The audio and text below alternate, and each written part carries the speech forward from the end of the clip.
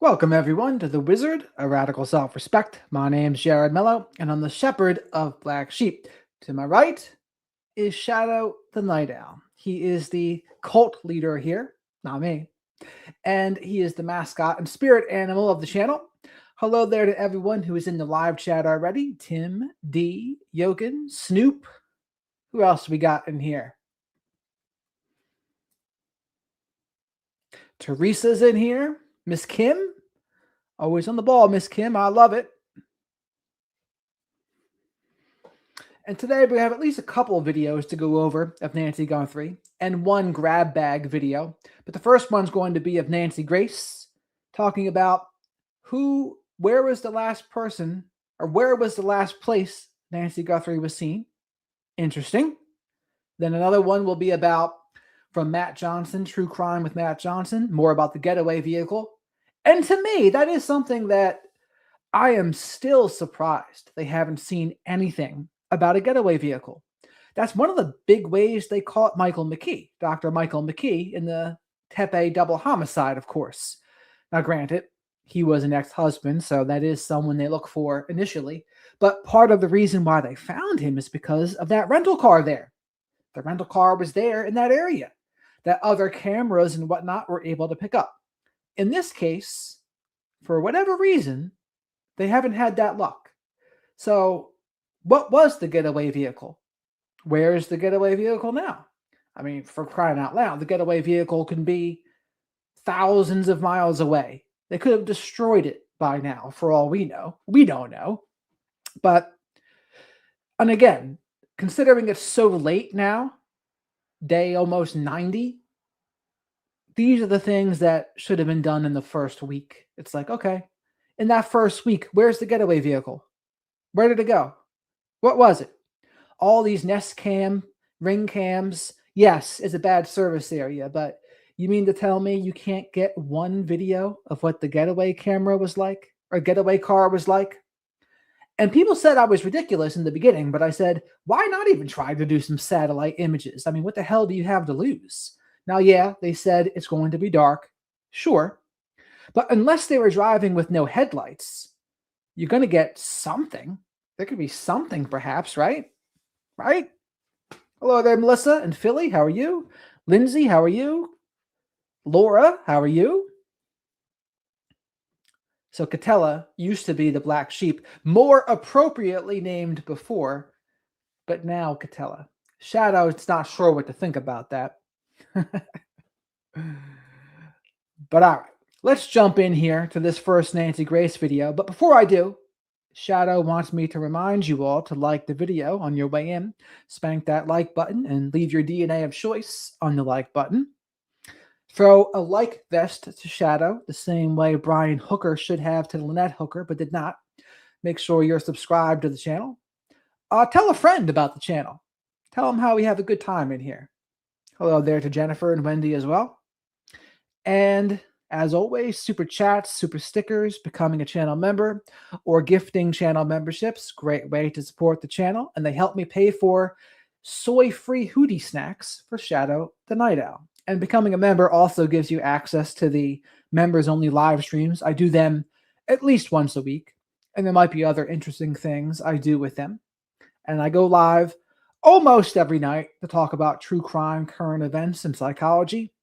It's usually between 10 and 10:30 is when I start. Occasionally, a little bit after. Right, Laura? Autumn Elizabeth, how are you? A woman of valor virtuous. Interesting. I like that username. Yes, as you should, because wizards only arrive when they are supposed to, between 10 and 11 p.m.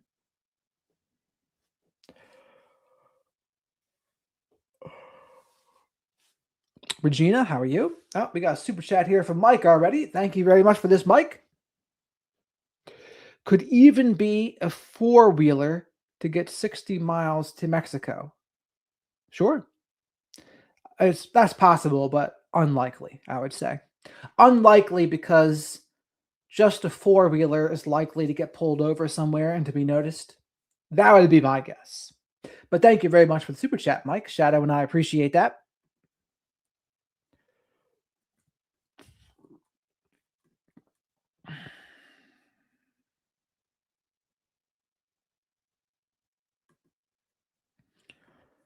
Let's see here.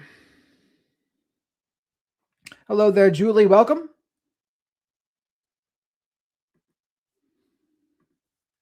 Bombshell tonight. The last known footage of Nancy Guthrie. Does it reveal the killer's ID? This as the Nancy Guthrie killer's route revealed.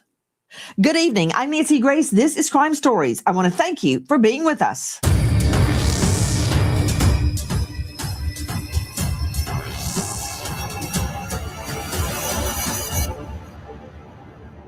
She's 84 years old. Her health, her heart is fragile.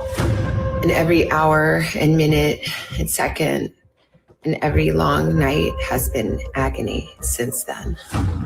She is without any medicine. She needs it to survive. We need your help. What a difference a DoorDash, an Uber, a delivery, a Lyft can make.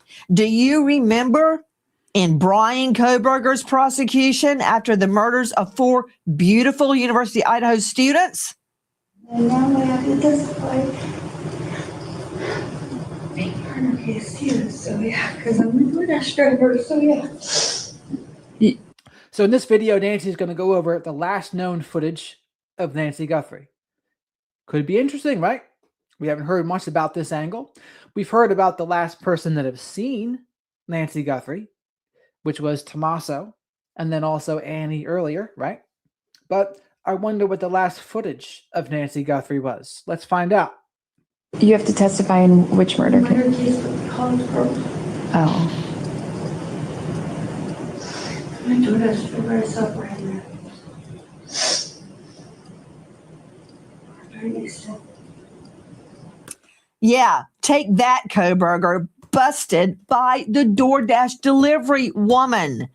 To Joseph Scott Morgan joining us, professor of forensics, Jacksonville State University, the author of Blood Beneath My Feet on Amazon, star of a hit podcast, Body Bags with Joe Scott Morgan. But for our purposes, he is a death investigator with over 10,000 investigations under his belt. Joe Scott Morgan, do you remember in Kohberger, eyewitness DoorDash delivery person identifies Kohberger as being outside the murder scene, 1122 Shadow was telling me a secret.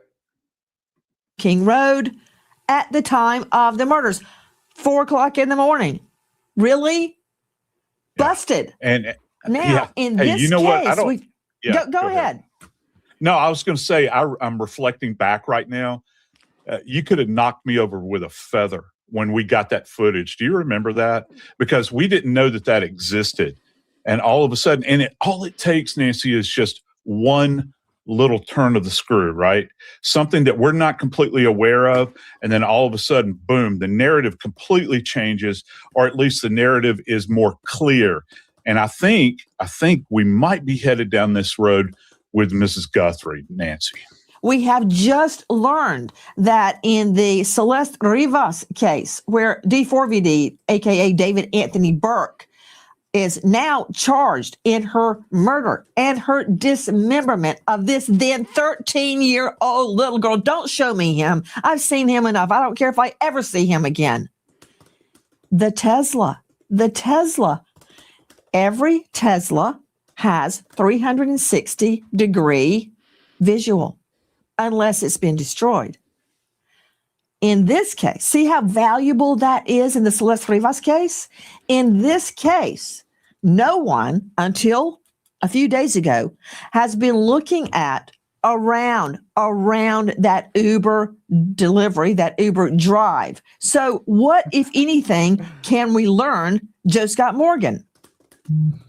Well, certainly directionality. What route was taken? And also, look, as an old investigator, I want to know as much as I possibly can about the driver, that they have an awareness of her, maybe who she is, this sort of thing. Were they followed in any way, I think? And so any kind of players that might be involved in this peripheral, look, we'll take anything, right? We'll take absolutely anything relative to the data that can be sourced. Where did this individual go before? Okay. he picked up Mrs. Guthrie? Where did he go after he picked up Mrs. Guthrie? I want to know everything about it in granular detail, Nancy. From what we can tell, there was intense planning of the kidnap of Mrs. Guthrie. So what we're getting at is when he picked up Mrs. Guthrie to take her to Annie's, we have reason to believe the perp was already in the neighborhood, positioned. So they're talking about the Uber driver then right now, because Uber drove her to Annie and Tommaso's house. But it was Tommaso or Annie, depending on the source you listen to, that dropped her back off. The New York Post said it was Tommaso, but I had seen other sources say it was Annie. So I'm not really sure what to believe with that. But Nancy's saying here that the perp is in the area at this point, and that would make sense. That would make sense. They're in the area because, I mean, they were definitely there between 147 and 228, right? They were definitely there at that point. So where were they? I don't know. Good question. Shadow wants to know where they were. Straight out to Cheryl McCollum joining us, Cold Case Investigative Research Institute founder. She is also a crime scene investigator, and she is the star of a hit podcast, Zone 7. She's the author of a brand new book, Swans Don't Swim in a Sewer, Solving the Cold Case of the Flint River Killer's Daughter. Amazing book, by the way. Cheryl McCollum, thank you for being with us. We have reason to believe that if you know, when you don't know a horse, Cheryl McCollum, you look at his track record. We already know that Miss Guthrie's kidnapper was there on January 11th. He's caught on video and very likely there on previous occasions. You know, he was in that neighborhood and poised with his accomplice when Mrs. Guthrie was first picked up and taken to Annie Guthrie's. Many people believe he may have already gotten into her place before Mrs. Guthrie returned home that night. You know, Nancy, I want to go back to the car first. When I first get to a scene and I get out of my car, I take photographs up and down the street. The reason is I don't know what cars belong there and what don't. I don't know who parks on the street normally, who's in a driveway, etc. They can go back to that Tesla video and see if there's somebody parked on the side of the road, if there's somebody parked in a driveway that doesn't belong. This person we know cased out her home before. You already mentioned the 11th. We think, you know, again on the 20-something, and then on the... All right, we got a super chat here from Mike. Shadow and I say thank you, Mike. Question I always had was how often would Nancy Guthrie Uber? I actually heard that she would use the same person consistently, is something that I have heard. Now, what's the proof of that? I don't have the proof in front of me. But that is something I heard. I heard that she would often Uber because I think she liked being independent. And that's understandable. A lot of elderly folks, they want to be independent. I mean, she was living on her own after all. And there's people much older than Nancy Guthrie that also want to remain independent. So her using Uber was kind of normal for them and for her. But since she was at Annie and Tommaso's house, one of them decided, oh yeah, I'm going to take her home, which makes sense too, right? Why make her wait for an Uber when you can just drive her over there or drive her home? But thank you for the super chat, Mike. Shadow and I appreciate it. 30th. This person cased it. They knew her, you know, comings and goings. They knew what she looked like. On this night, they, I believe, were laying in wait. I think they know exactly when she got home, and that's why you see him going back to the front door after all the lights are out, and he thinks she's sound asleep. Cheryl. Guys, joining me in addition to Joe Scott Morgan, Cheryl McCollum is with us, the star of Zone 7 podcast. Cheryl, how many cases did you and I work together in inner city Atlanta and Fulton County? I mean, can we even count them? I can't. Thousands. Yeah, you know, it's hard when I look back to count the numbers, 100, 150 brand new felonies a week times 4, that's a month, times 12, times 10 years plus. That's a lot of cases. So Cheryl, is there anything new under the sun?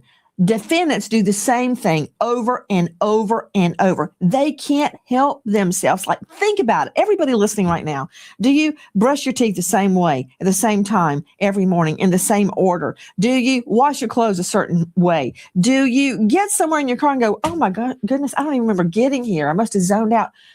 People do the same things over and over and over. It's like, it's muscle memory. So what I'm saying, Cheryl, we know this guy, the perp, one of them anyway, because I believe there had to be at least 2 involved. We know this guy lay in wait before. We know he cased the scene more than once. So he was very high on preparation, getting there ahead of time. What would be any different this time? It's like every time a dog sits down, it circles 3 times. And I agree with Nancy. Shadow does too, that there was more than 2 people. 2 people at least. So I should say more than 1. You know, he was in that neighborhood, which makes it very important to review the video from the Uber driver that picked up Mrs. Guthrie that night.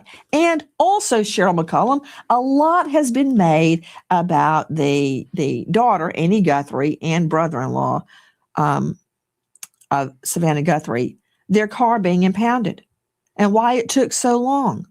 How do I know it didn't have 360 nav, just like a Tesla?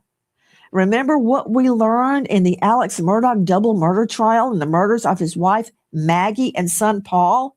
His SUV, it was a big honking like a Wagoneer or something, revealed so much data.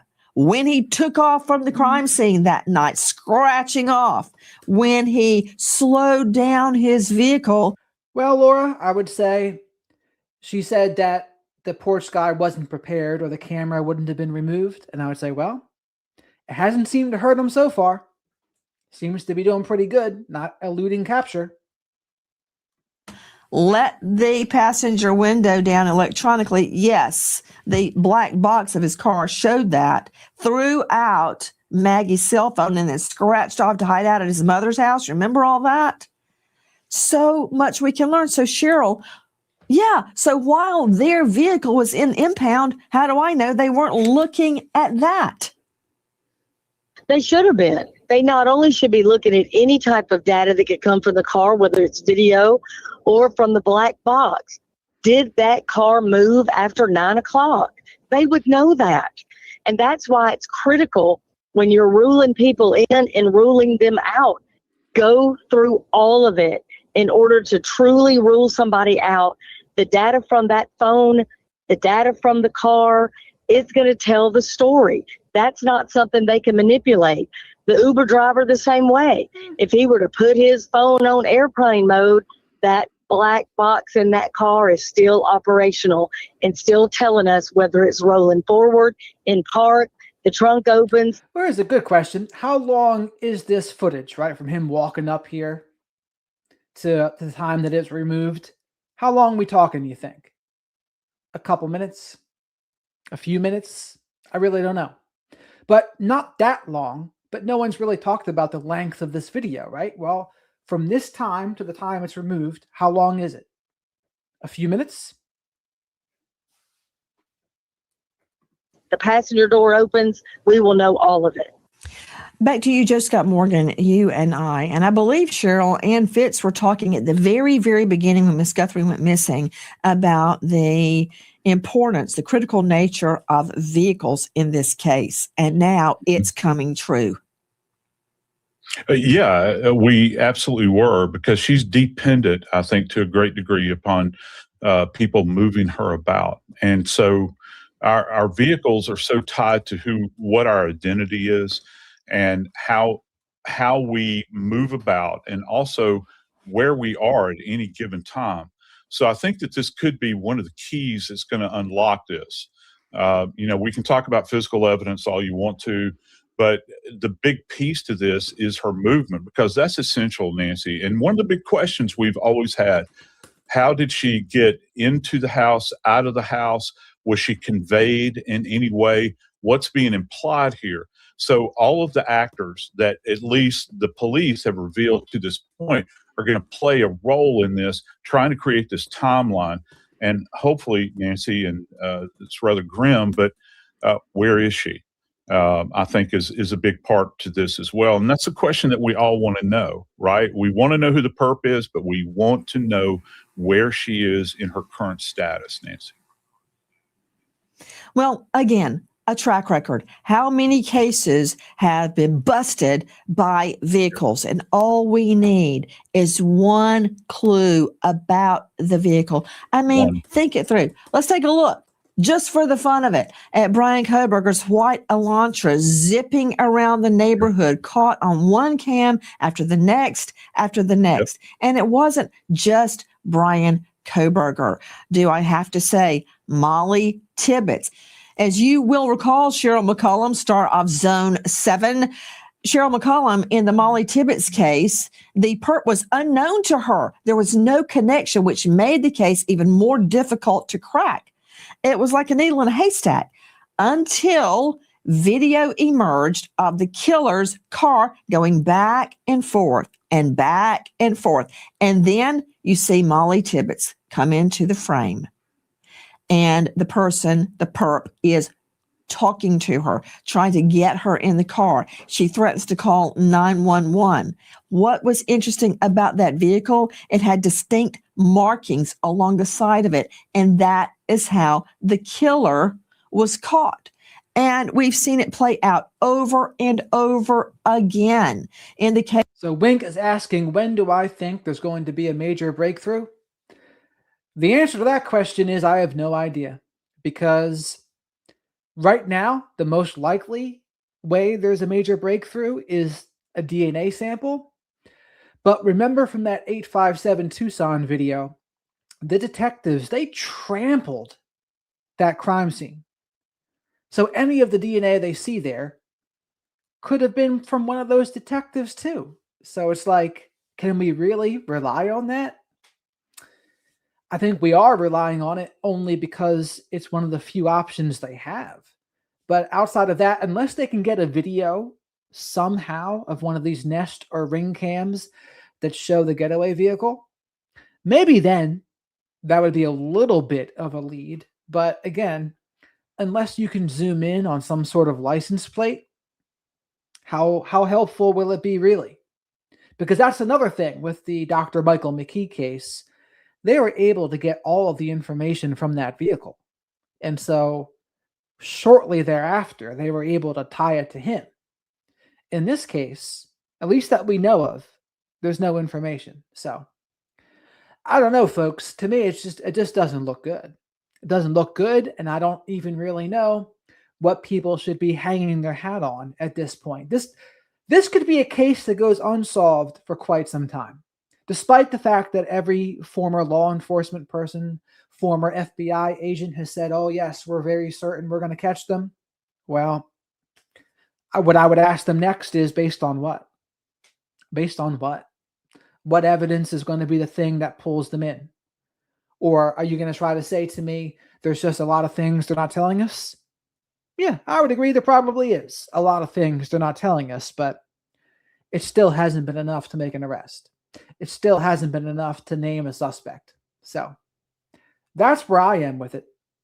Shadow agrees with that. Case of the glam yoga teacher, Caitlin Armstrong, her SUV. We got a super chat here I almost missed.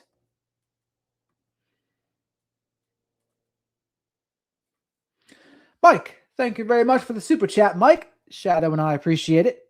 Shadow's the night owl, of course. My spirit animal. We never got a photo analysis of the two porch guys, backpack guy versus no backpack guy. Are they forensically the same person? This must be answered. Now, we haven't gotten a guarantee that they're the same person, but I am working on the assumption that they are indeed the same person. That yes, it was two different nights, January 11th, most likely January 11th, and the night of the abduction. But I'm pretty sure they're the same person. Does anyone think out there they were two different people? Does anyone out there think, no, they were two separate people? I don't think so. But that's just me. People might disagree with me on that. But thank you again for the super chat, Mike. Everyone else, please remember to like the video because likes are free. Leave your DNA on the like button. Subscribe to the channel if you're not already. Say hello to the flock of black sheep in the live chat.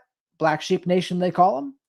Got a pretty good group in here. If you're lurking, I'm talking to you. And say hello to Shadow the Night Owl here. Hey, let's take a look at that. Was spotted going round and around and around the murder scene just before a world-class female. But that's the other thing, like, how would they forensically prove it? You would have to have DNA from the person to forensically prove it, no? Or do you just, like, go by the image and say, okay, does this look like the same body type, height, mass, etc., and do it that way? I guess it's possible. I haven't seen someone do it, though. I mean, has anyone seen somebody do that yet? I haven't. Dirt bike racer was murdered over what? A man. Because her boyfriend, Caitlin Armstrong's boyfriend, had a hamburger with the victim. So what's her logical action? Kill her. That video cracked the case. So in this case, straight out to Brian Fitzgibbons joining us, Director of Operations, USPA Nationwide Security, leading a team of investigators. Sometimes Shadow pushes back on what I have to say, and sometimes I push back on what Shadow has to say because sometimes, occasionally, he can be politically incorrect. Like that old uncle. Around the world finding and extracting missing people. He's also a former Marine and Iraqi war vet. Brian, this vehicle, I understand that new eyes are now looking at video for parked cars, for people walking, not just on the night of the abduction, but before that, because we know the kidnapper was there ahead of time. That is his MO, modus operandi, method of operation. So what could the Uber driver's car reveal, depending on what kind of car it is? I think you and Joe Scott Morgan hit the nail on the head just earlier there, that what's in the background and the periphery of that video. So on top of establishing that Mrs. Guthrie was coherent, in a good state while she was in that ride, there might be other things that we can see. Was there a vehicle spotted on a front-facing camera? Some of these Ubers have not only rear-facing passenger cameras, but they could have front-facing cameras as well operating at the same time. And I'll add one piece here.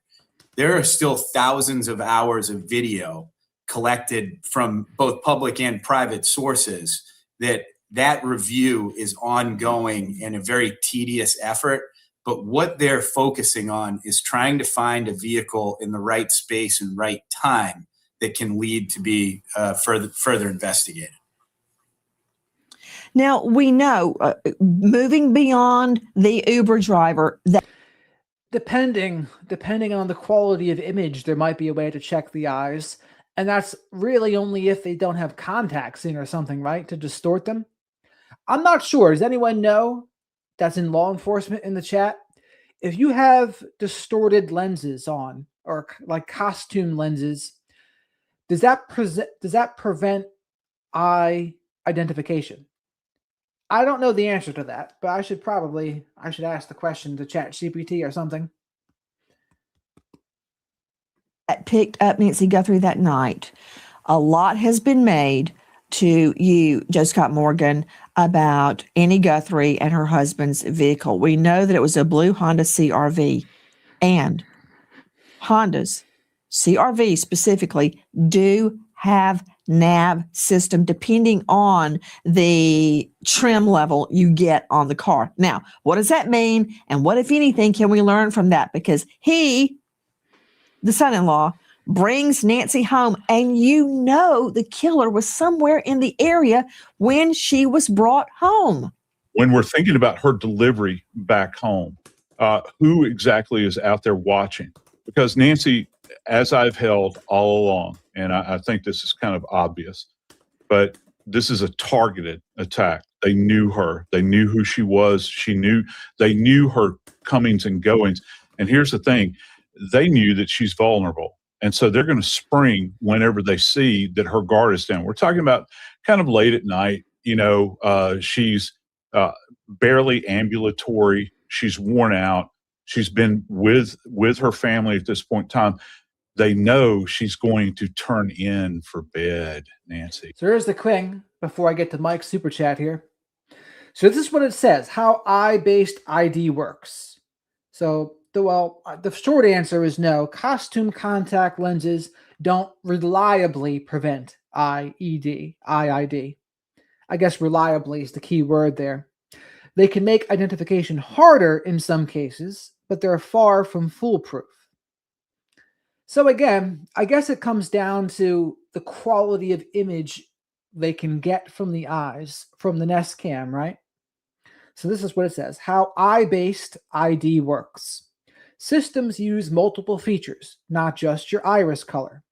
Iris recognition maps the unique patterns in your iris, not just color. Retina scanning looks at blood vessel patterns inside the eye. Periocular recognition analyzes the area around your eye, eyelids, lashes, bone structure. What costume lenses actually do. Costume lenses can change visible color or pattern, sometimes partially obscure the iris pattern. But here's the limitation. High-end iris scanners, like those studied by NEC Corporation or IDEMIA, can often still detect enough underlying structure to match you. Systems can fall back on periocular features, the shape of your eye area, which lenses don't change. Poor lighting, movement, or low-quality sensors might be fooled, but that's inconsistency, not reliable protection. So poor lighting, movement, or low-quality sensors, that might be the issue here with this Nest Cam, right? Bottom line, costume lenses equal minor obstacle, not anonymity. They might reduce accuracy, but won't consistently stop identification, especially with modern biometric systems.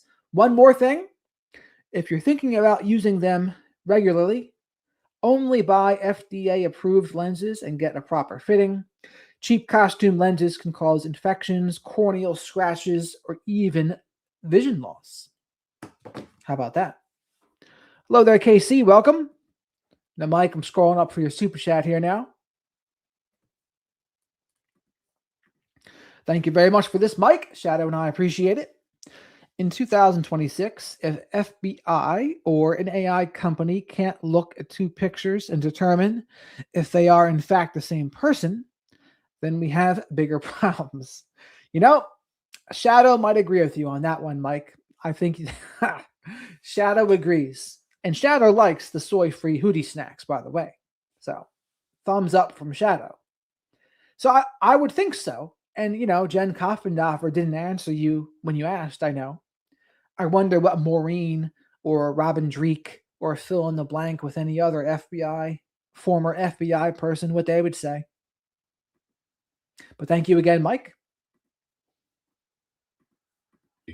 It's been a long day, right? And so they're observing, they're waiting, they're watching. Now, what are they waiting for exactly? Because, that's a bigger question, thinking about, why out of all the people in the world would they want to go after this poor woman? Well, I mean, I have my own thoughts about that relative to they know who her daughter is. I think everybody's going to know that's involved in this. And so they've targeted her, right? And so they're going to wait until they can spring their trap. And the question is, where did they put their vehicle to transport her off? And back to what Brian had said, this idea of going through all of this videography is going to be key to try to determine where another vehicle may have come and introduced themselves or itself into this equation, this visual equation that we're looking that we're trying to figure out at this point in time. That's going to be critical. And look, I don't know who's looking at the video. I'm assuming it's probably the feds. I hope it's the feds, and that they're going to try to break this down as into the base elements, because nothing, and I mean nothing, Nancy, at this point in time is off the table. Everybody has to be considered. And, you know, as my grandpa used to say, let the hide come with the hair. I don't care who it impacts relative to the evidence, relative to a vehicle. Check it out. Go out there, look for these individuals, put them up against the wall, talk to them about it. Let's find out, why were you there during that night? I'm hoping that they've done it to this point. I'm hoping that they're continuing to do it, because you have to press in any investigation. As we well know, time. So, Mike, here's the answer to your question. Many people share very similar height, weight, proportions. So just matching they look built the same is not unique enough to confirm identity. What investigators or systems actually use to confirm identity, you need multiple consistent markers. Face recognition, most reliable visually, they don't have. Gait, how someone walks, they do have. Distinctive features, tattoos, scars, birthmarks. Well, there's a bit of a tattoo, and there might be a bit of a scar on the lip, right? Or a birthmark, maybe. Clothing context, same outfit, same time, place. Metadata or corroborating evidence, time, location, witnesses. When body type can help. It can support an identification, ruling people out.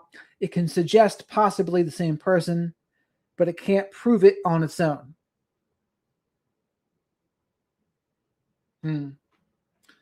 So I guess the scars, right? The scar/tattoo, if you can zoom in on that, that would be the way to tell for sure if they're the same person or not. And yes, while you're here, please remember to like the video, because likes are free. Spank the like button. Remember to subscribe to the channel if you're not already. I'm pretty sure most of you are subscribed, but I'm sure there are some of you who are not. And as always, super chats, super stickers, and becoming a channel member or gifting channel memberships, great way to support the channel. If you become a member, you get access to the members only live streams too. And all of the support, it helps me to pay for soy-free hootie snacks. So if you like your Shadow the Night Owl to have its proper hormonal range of testosterone and DHT, make sure you help him get his soy-free hootie snacks. And why don't you tell a friend out there about the channel? So anyone else who has been a black sheep or a scapegoat, maybe they need a place to unwind and chill with people. We have a grand old time in here, don't we, Rooster? It's a regular chuckle hut in here. And thank you very much for the support I've gotten so far. Time is a precious commodity in this case. So tonight, in addition to a review of video footage from not only that Uber driver, but from Annie Guthrie's vehicle, to determine not just what was Mrs. Guthrie wearing, what was her demeanor, did she look ill, was she concerned? Not just that, looking for the vehicle, and that is going to require a lot of enhancement of the video. God willing, the video is still there. We also learned that fresh eyes are reviewing the evidence from the feds. Not only is that video being reviewed as we go to air, we learn that Annie Guthrie herself provided the route she believes the killer used that night. Aha! That makes sense to me too, Mike. That Pisces are known to be night owls. How about that?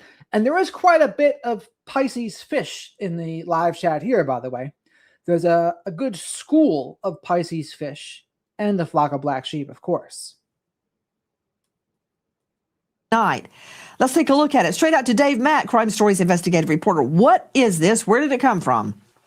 This actually, Annie Guthrie was in a group chat online with neighbors and sent this map to them at the beginning of the investigation, Nancy. This was put out there early, hoping that somebody might have seen something or had video along. You see the blue map line there, that somebody along that way could look through their video. I mean, this is really an incredible source of information from Annie Guthrie, coming up with what she thought was the plan, or the route rather, taken by on the way home. So they're looking for anyone along this pathway, you know, that might have seen something. It's curious when you really get into this that she's marked different addresses along the way. It's just an incredible piece of information that Annie Guthrie offered to this group with neighbors talking about the area. You know, if this route is real, if this is the route the killer took, straight out to you, Cheryl McCollum joining us, crime scene investigator of a. So Shadow says, if they can figure out the route, there has to be some sort of footage somewhere, right? Somewhere in some of these roads, there has to be some footage. And it might be very painstaking, but you have to find something, wouldn't you? And again, it's going to be very difficult because I don't know the quality of images. I don't know how well they can zoom in. But you'd think they got to have something. Like they probably have them on camera. They just don't know it. They have to figure it out. But hey, what else are they even going to do at this point? Where else are they putting their efforts? Many years, author of a brand new book and star of Zone 7. Okay, what do we do with it? This is the route that Annie Guthrie is allegedly convinced the killer used. It's full of evidence. Nancy, when you're looking at this map and you see all the places, the nail salon, I mean, you've got tons of businesses, you've got residential areas. I would not, number one, I would not limit my investigation to this map, but I would certainly go through it based on what her daughter believes could be a route. We are over 80 days into this thing and we don't have a legitimate video of a vehicle. You've got to ask yourself why. How is that possible with all of these intersections that we know have cameras, the gas stations, the churches, the businesses? How do we not have a vehicle? Well, Nancy, as you know, I was out there, and here's what I can tell you. At any given point almost, you could take a hard right or a hard left and cut through little parts of the desert. It's vast. It's open. You don't have to go through that intersection if you don't want to. You can go right through parts of the land and avoid some of these places. So again, we know at 127, he's at the front door. We know by 229, the app has disconnected to her watch. We have a timetable. There's no way at this point, after 80 days, they can't pinpoint 1 mile away in that circumference and not catch him somehow. And I think with all the planning, he avoided those cameras. You know, he avoided those cameras, Cheryl. I hear what you're saying, but it's also a non sequitur. It doesn't make sense. If he did all that camera avoidance, then how come he didn't know the camera on her front porch worked? I don't think he cared because, again, he's not in a hurry. He knows he's completely covered. He knows there's no connection to her. They don't know who he is. She doesn't know who he is. Again, after 80 days, we don't know who he is. So he didn't have a jammer. Otherwise, he wouldn't be acting like he did. I don't believe he had an accomplice. If he did, why is he the only one caught on video over multiple days and multiple times? Why is he the only one we see dressed the same? And the only thing that changes on the 30th, he now has a weapon and a backpack. He came mission ready on that day. He was ready that day. The days before, casing the joint, laying out his plan. Let's look in depth at the route Annie Guthrie identified as the killer's route. Let's start with Lulu Walker Elementary School. First out to you, Brian Fitzgibbons. Take a look at that. You know they've got to have cameras. On the map is to the far left. See that? It's on the frontage. In other words, it faces the street. They have got to have cameras all over. What do you make of it? Yeah, and this map was provided by Annie Guthrie out to the public in an effort to generate video tips, right? To identify a route and say, hey, any private residences and individuals that may have captured video, send this in right away. Now, to your point about the elementary school, we've got public locations like a school, library, and then you have private businesses along that route.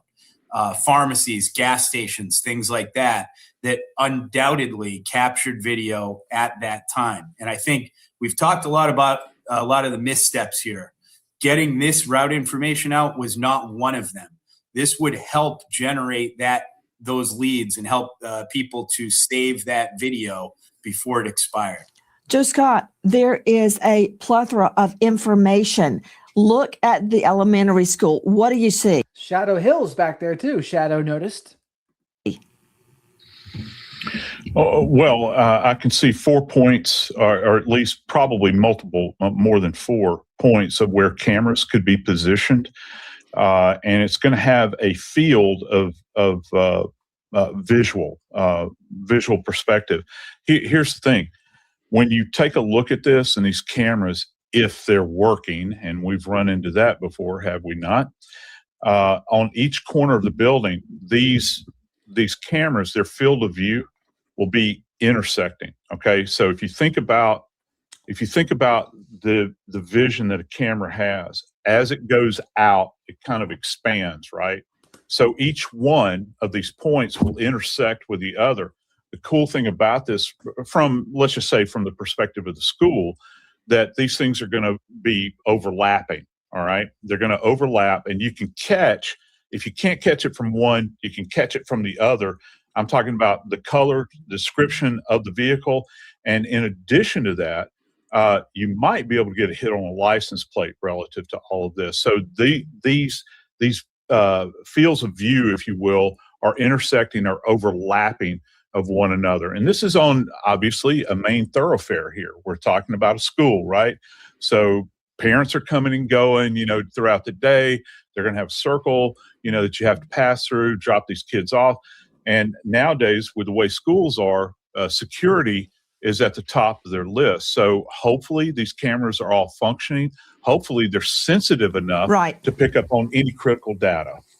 I got something for you, everybody. Green Toes North Nail Salon and Massage. Take a look to the right of the building, right in front. Surveillance camera, right in front. Sure. This is good detective work then by Nancy Grace. So this camera, I guess, is going to see the route that the getaway car took. So at some point, it drove by this very place, right? So they probably don't know it, but if they examine it, I mean, how many cars went by? And at what time did it go by? About. Those are all the variables. Colonel McCollum. That's the first thing that I saw, Nancy, when you sent the picture. Not only is it right in the front, it would capture the parking lot and the roadway. So again, my question becomes, why don't we have the car? If this is the route that he took, we would know the time that the app separated from the pacemaker, that the approximate time that he would be passing through there. Again, you're talking about 2 a.m, 2:30, 3 a.m. There's not going to be that many vehicles. I don't understand how we don't already have it. My other question becomes, why does Annie Guthrie believe this is the route, and where does she think they were going? Those are key questions for me that I don't know the answer to yet. But again, you pass more cameras than you know every day. ATMs have cameras. Buses have cameras.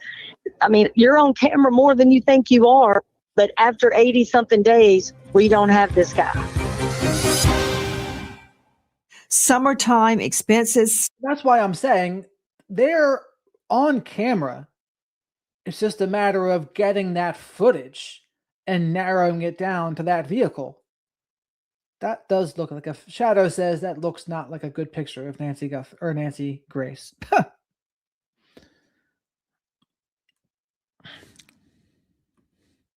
Nancy, AmericanFinancing.net/Nancy. And Good luck. Tonight is the killer's route to Nancy Guthrie's home revealed. I've got a big question. Shadow saying that there has to be some footage of whatever vehicle. It's just a matter of pinpointing that vehicle, because I don't know how many there is to choose from, at what time it went by those things. Again, I'm not sure how direct they were in their route.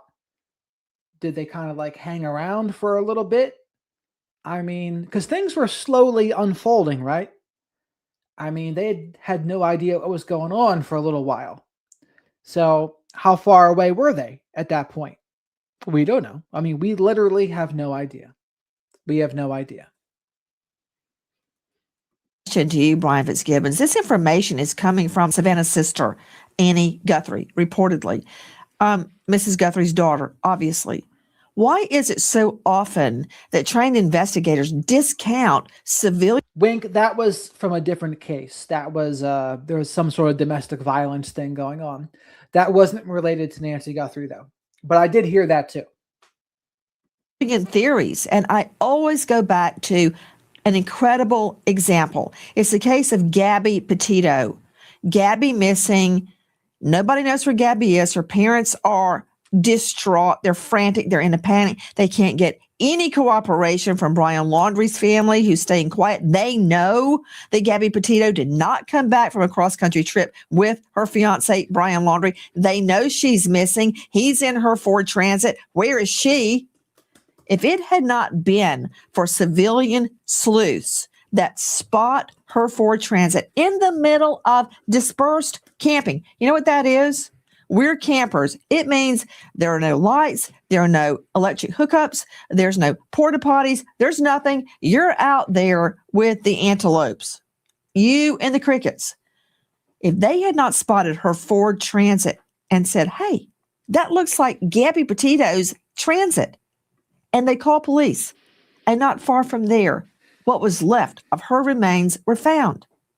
Why is it law enforcement so often discounts civilian tips like what Annie has provided?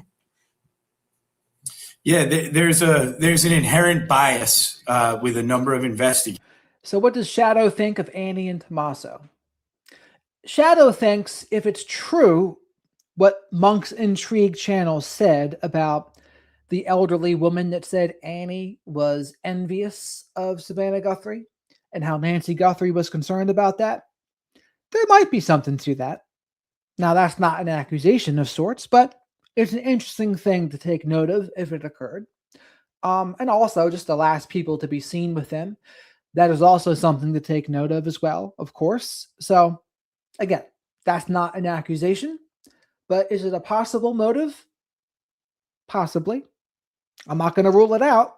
I mean, like Matt Murphy says, former DA of California, Matt Murphy, or I don't remember what town or what city it was in particular, but he had said only a DA can be ruling anyone out and clearing anyone. So what Sheriff Nanos did is against protocol. And in fact, he might make their case harder down the line, depending on whoever gets charged, if anyone ever gets charged, right? So no one should be ruled out. That's what Shadow thinks. Based on their experience, they look at somebody from the public, is from a family member, and they see a lot of emotion there, and they immediately discount what's being said. Now, I'll call back right to the beginning of this investigation. Annie Guthrie was in the house telling investigators there is no chance that that Mrs. Guthrie wandered off, that she's unable to walk more than 50 yards on her own power. And they were still, in the immediate sense, treating it as an elderly person wandering off. So, hey, this comes to missed opportunities, right? No investigator, no investigative agency is going to be perfect. However, there have been some big missteps here with not listening to the family and, might I say, some of these tips from the public. By the way, folks, Dr. George Simon, got an interview coming up with him this Tuesday. For those of you who know him, he's the author of In Sheep's Clothing, Character Disturbance, and 10 Essentials of Character. Marcella from Beyond the Bruise on Instagram. I should be talking to her next week too. I gotta confirm it. She's tough to pin down sometimes. Dr. Salerno, mid-May. Dr. Michelle Ross. She is a kratom advocate. I spoke to her a couple weeks back. I just didn't upload it yet. But I think I am going to upload that on Monday. And I'm going to be a guest on Chelsea Brooke Cole's podcast. I've interviewed her a couple times on the channel. She's an LPC.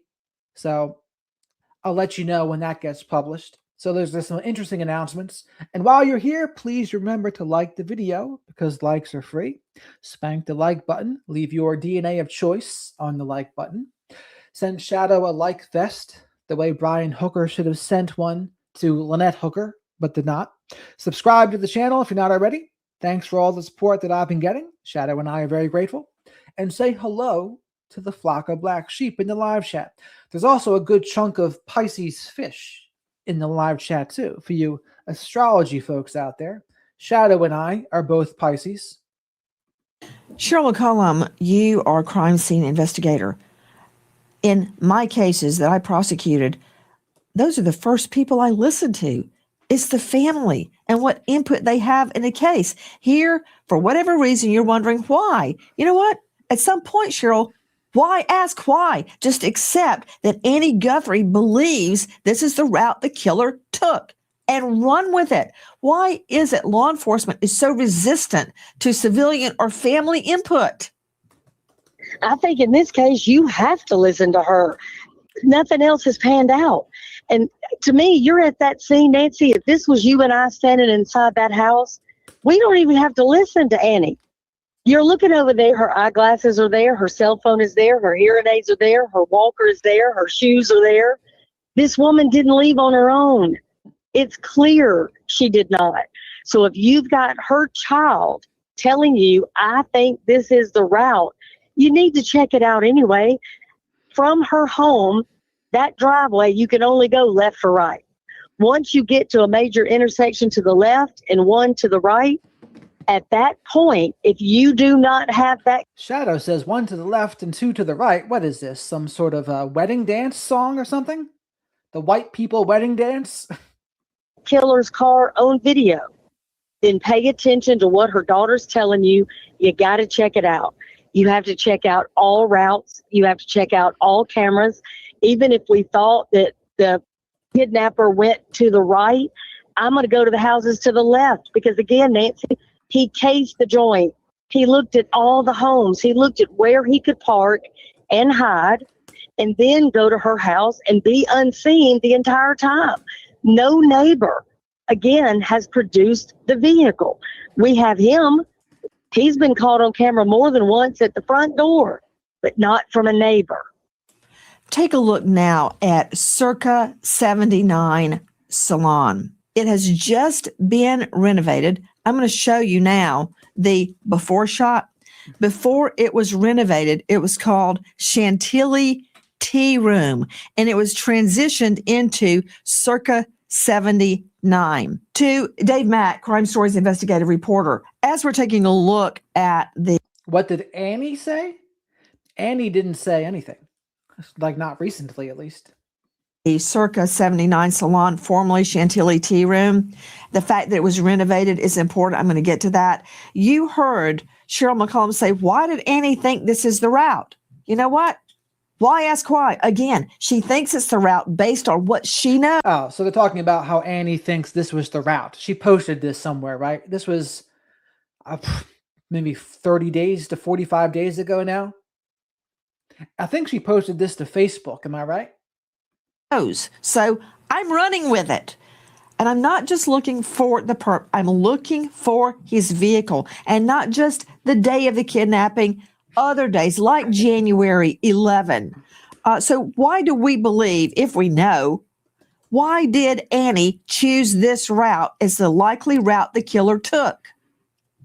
Nancy, we don't know specifically why, but this was Annie Guthrie in the first days of the investigation, and she's trying to help. Her mom is missing. You know, she's in a panic mode of helping. She's not getting any feedback, leading her to believe that she's getting the result she's after, which is, where's my mom? So she actually volunteers. Here's where, because, you know, she lives in the area. Annie Guthrie and Tommaso don't live that far from Nancy Guthrie's home.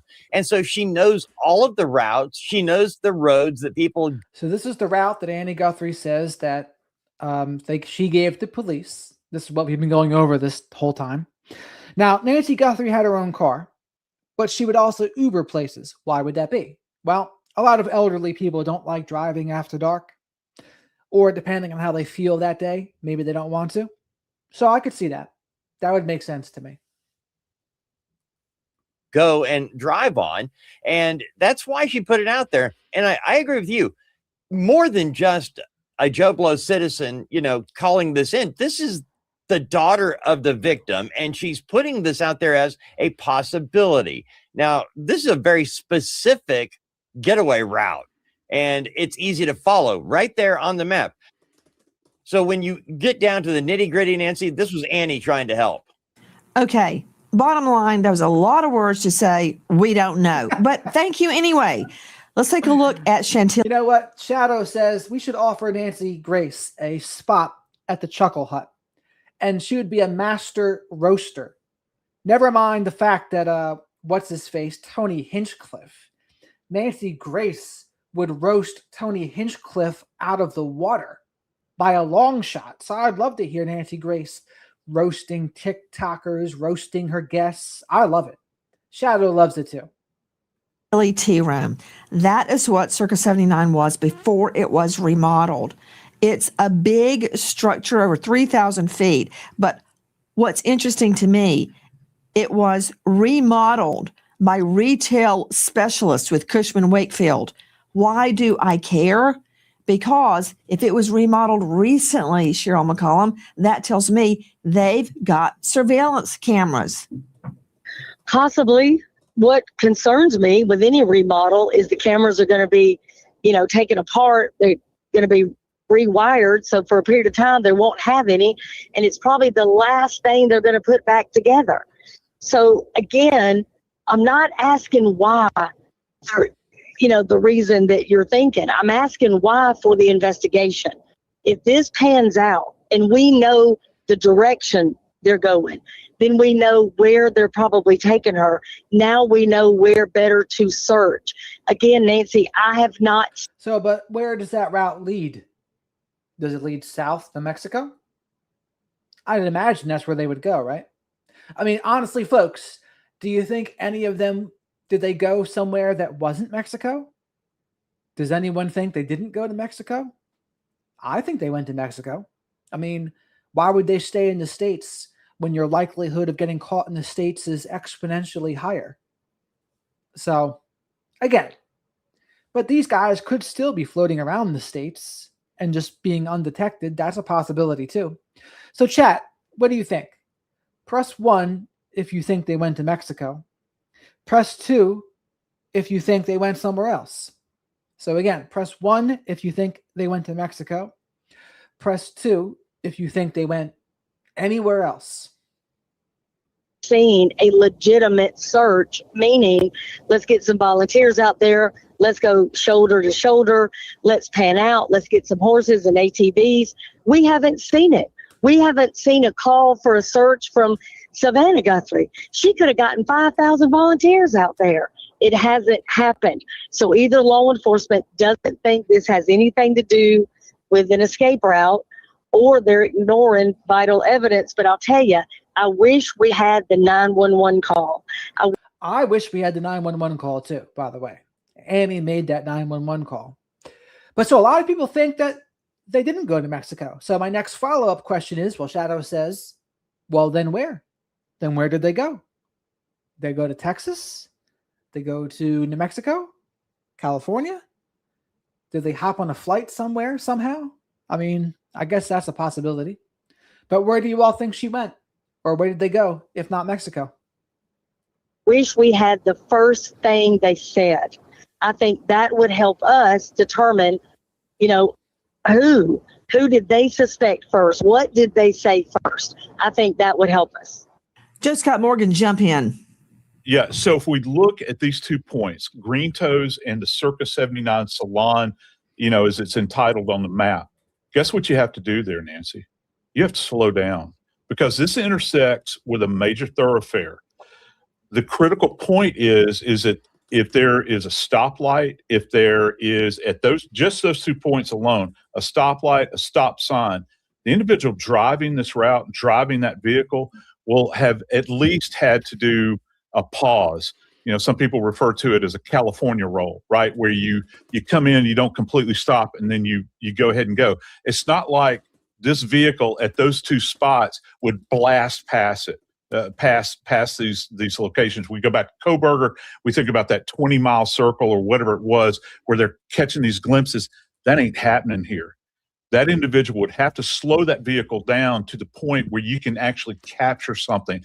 And if there are any more of these kind of intersections along the way, those are going to be critical points. And that's what I was saying before, right? It's one thing to have them on the camera, but then it's a completely different thing to be able to zoom in enough and then get information that's actually going to help you. I mean, the broadest form of information would be figuring out the make and model of the car.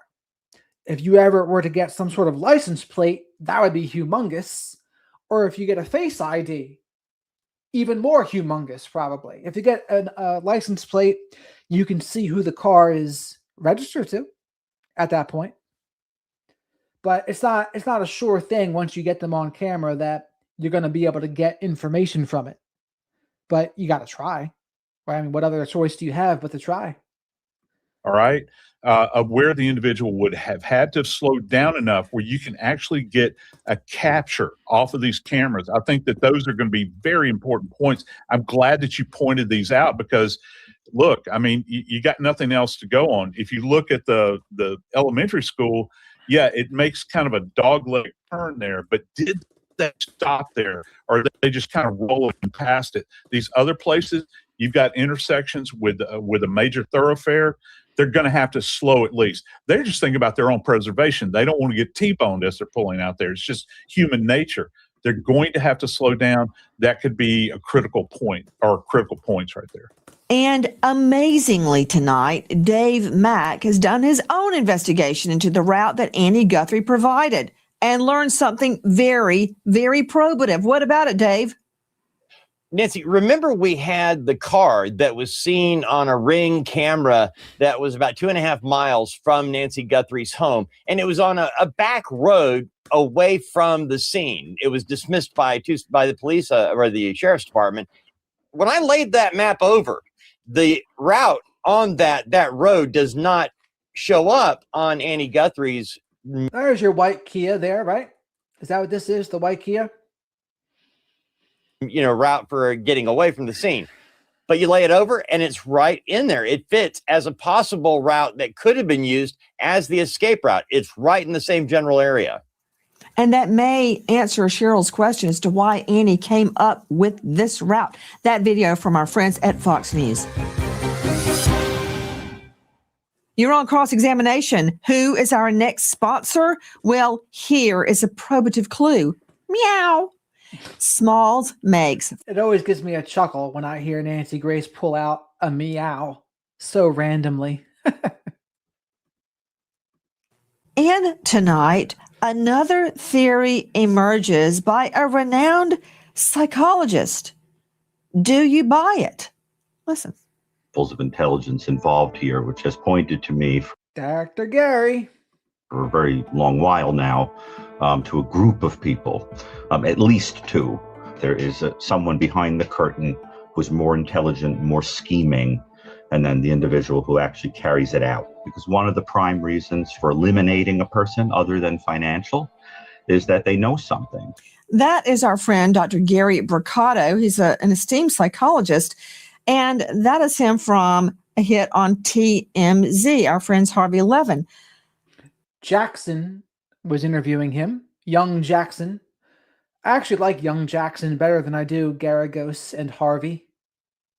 As much as I think of Bricado, I'm not buying that she was kidnapped or killed somewhere else, and the killer went back to the scene to put her blood on the porch and open and shut the doors. I mean, we have her heart monitor, her pacemaker, placing her there that night. So, Joe Scott Morgan, what do you make of this theory that there's some motive we don't understand, that nobody understands, that she was taken and killed elsewhere, and the perp goes back to the scene to stage, including putting her... I don't buy the staged part. So I agree with Nancy Grace about that. Now, the first part, though, killing Nancy Guthrie somewhere else, sure. Why not? I don't think she was killed in the house. I don't even think she was killed on the front step. So I think she died elsewhere. Now, maybe there was a heart attack at some point before she got to the car. That's possible too. But I'm presuming it was right around then anyway that the pacemaker was disconnected. So you can have a heart attack 50 yards down the road and you can be dead from that. Or maybe there's another cause of death, perhaps, right? But I don't think there was any staging going on here. As far as some other kind of weird motive, I don't think you can rule it out. Like I always mention, one of the motives that the person who tried to assassinate Reagan said was, I'm trying to impress Jodie Foster. That's something no one would have ever guessed. So again, it's possible a motive like that is happening in this case. It's something that maybe we could never guess. But I still think punishment for Savannah Guthrie, maybe involving her husband too, Feldman, I believe his name is. And who knows what else? Maybe there's envy involved in there. It's hard to say. But also, folks, please remember to like the video because likes are free. Subscribe to the channel if you're not already. Say hello to the flock of black sheep in the live chat here. We got a great group of folks. And as always, super chats, super stickers, becoming a channel member, or gifting channel memberships. Great way to support the channel. It helps me buy soy-free Hootie snacks. And we also got a bunch of Pisces fish in the chat as well. So make sure you say hello. And as always, Shadow and I are very grateful for all the support we get here. Wouldn't be here without you all. Blood on the front porch? So the killer, just so that I understand this, actually had the foreknowledge to show up and not just stage the blood, but also deposit expirate there. And what I mean by that is you've got blood that is being blown out of the nose and the mouth. And I'm going to stand by that. There's a close-up. You look at the top right, that cluster, yeah, right in there. In that tile space right there, you see those big depositions that are like the size of a nickel, perhaps, those tiny depositions. Nancy, the only way you get that, I mean, I guess the person could have showed up with a turkey baster, maybe drawn up some blood and kind of blasted it out, and then allowed gravitational blood droplets, which would be the nickel size stuff, but those tiny little droplets. And let me set the record straight. That's not aspirate, it's expirate. So what day do you think this was taken from, this nighttime image? This. We don't see this part too much, do we? We see the daytime one. Fuck. We see this one. By that is you've got blood that is... So who do you think that person is taking the picture in the reflection here? Brian Etton's cameraman? Being blown out of the nose and the mouth. And I'm going to stand by that. There's a close-up. Well, this is daytime. I was tricked. This isn't nighttime. This is daytime. If you look at the top right, that cluster, yeah, right in there. In that tile space right there, you see those big depositions that are like the size of a nickel, perhaps, those tiny depositions. Nancy, the only way you get that, I mean, I guess the person could have showed up with a turkey baster, maybe drawn up some blood and kind of blasted it out, and then allowed gravitational blood droplets, which would be the nickel size stuff, but those tiny little. I think the trouble you would have to go through to do that and risk leaving more DNA behind just wouldn't be worth it. It wouldn't be worth it to stage a crime scene and risk leaving DNA or risk leaving any other kind of evidence, right? That would be my thought. Droplets. And let me set the record straight. That's not aspirate, Put him up, please. It's expirate. So what that means is that the blood is actually... You do hear yourself, right? The killer came back with a turkey baster full of Nancy Guthrie's blood. Okay. I don't use... Nancy Grace is not, we're not having any of that. She's like, what are you talking about, Joseph Scott Morgan? Okay. Oh, God damn it. Here, Mike, but I am sorely tempted. Move forward. No, listen, it's implausible. The physical science, just looking at those images, by the way, that were generated from a member of the media that walked up and took those pictures because the scene was unsecured.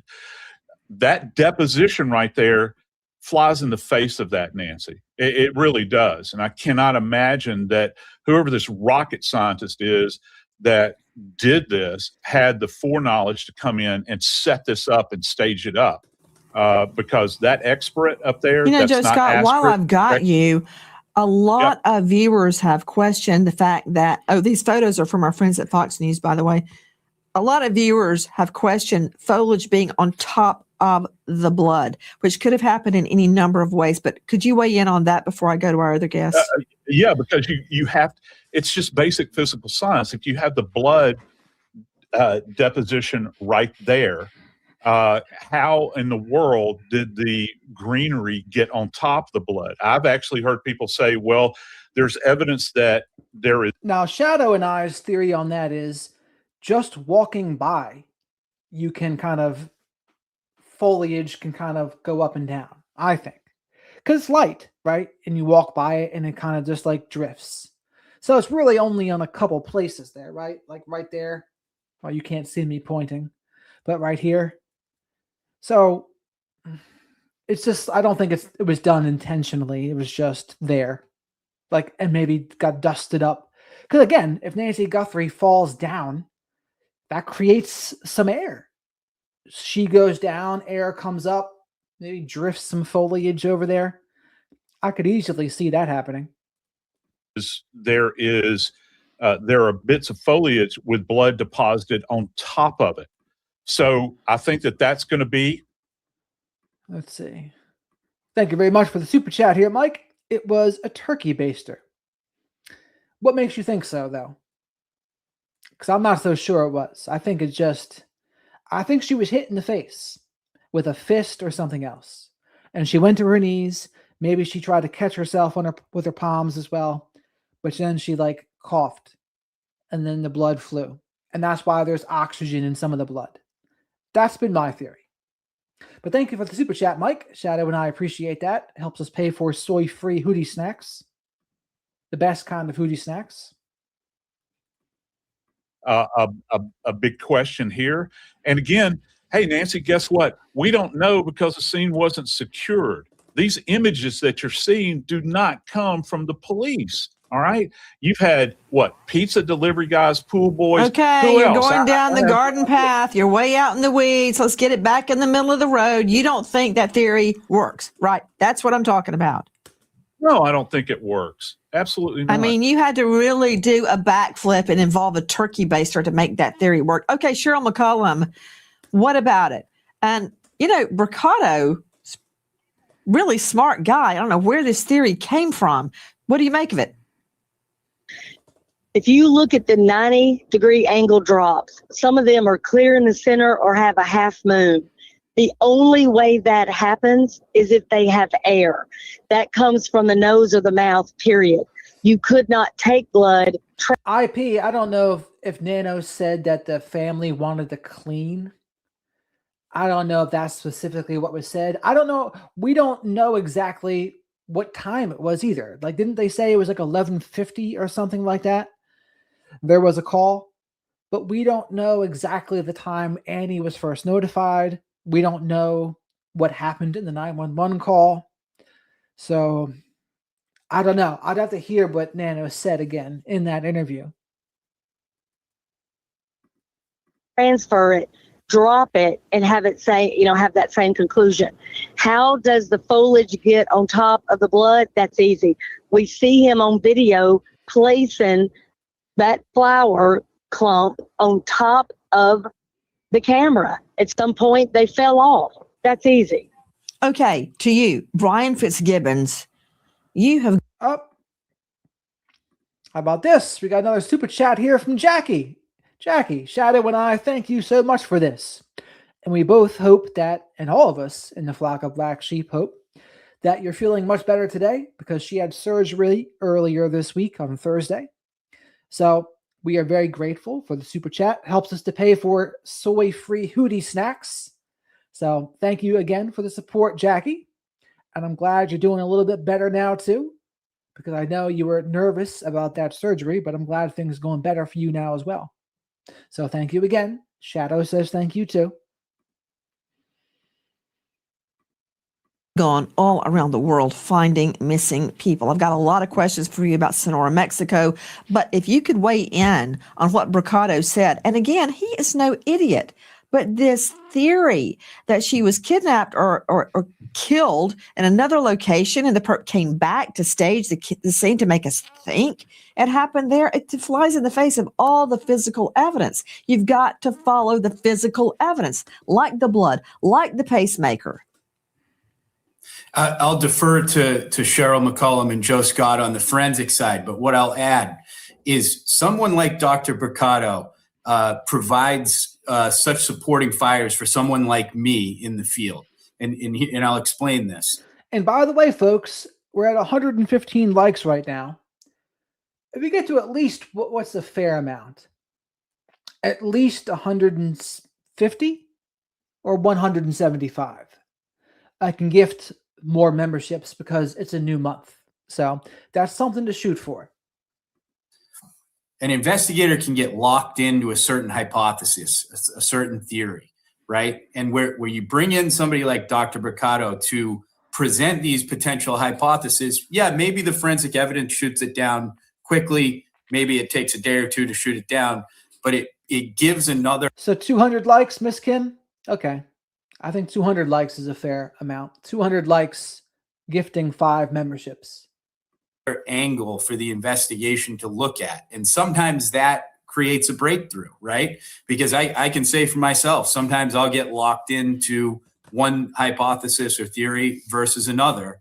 And someone like that presenting, hey, there's someone controlling this from afar, 1 foot soldier on the ground executing the abduction, right? These are things that might get missed. And we on the know ground tonight that, quote, fresh eyes have been brought in Fitzgibbons to take a fresh look at the evidence all over again. And I got to tell you something, Fitz. I'd be stuck in my office at the district attorney's office in downtown Atlanta, and it'd be 8 o'clock at night. I'd be looking at the same thing over and over. And then my investigator, Ernest, we were together over 10 years, only had one fight in 10 years over that POS O.J. Simpson.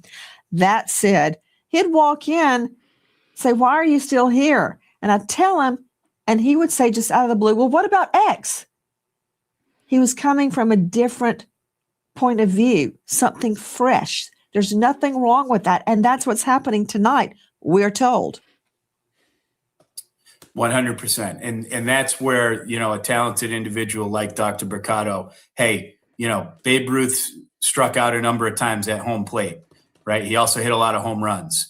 So, that's where that experience and brain power comes into play in investigation. And tonight to Dave Mack, apparently Sheriff Nanos, the sheriff in Pima County, is in, quote, uncharted career territory. A 10-day deadline has run out. He's in hot water yet again. Dave Mack, is this anything like when you get a skunk at a softball game when the other side just doesn't show up? In other words, doesn't sufficiently hand in the filing so the other side wins? A lot like that, Nancy. In reality, Nanos was given 10 days to turn in a response to the questions the council had. And what he did was he basically sat down with his lawyer and wrote up excuses for things, but it wasn't under oath. So he turned in basically an undocumented list of excuses for his behavior and the things that he had said, but not under oath. And now the council's having to determine moving forward with his entire future. We told him to do this, but he did that instead. So they're having to make a decision on whether or not they actually pull him back in, put him under oath, and go through this whole process all over again to discuss his previous accusations of lying and misusing his office during an election year. Cheryl McCollum, don't you know that if they can get rid of him on a technicality, in other words, he didn't properly fill out these forms, he'll get the boot. Right. He'll be taking the pat and turner, pat the street and turn the corner. Bye. And Nancy, that is only going to serve to hurt this investigation. Somebody would have to come in and they would have to start all over, go through every single thing. That would hamper the investigation, sadly. But let me tell you something. I don't think any of us on this panel. Lego says, make sure you shake your way over to the like button like a Polaroid picture, the way Outcast would say. Shadow likes that. Has had all the confidence in the world in this sheriff. Statements like, your guess is as good as mine. When he says things like, oh, there's thousands of vehicles at that time of day. We all know that's not possible. You know, he is the one that said, oh, I believe she's still alive.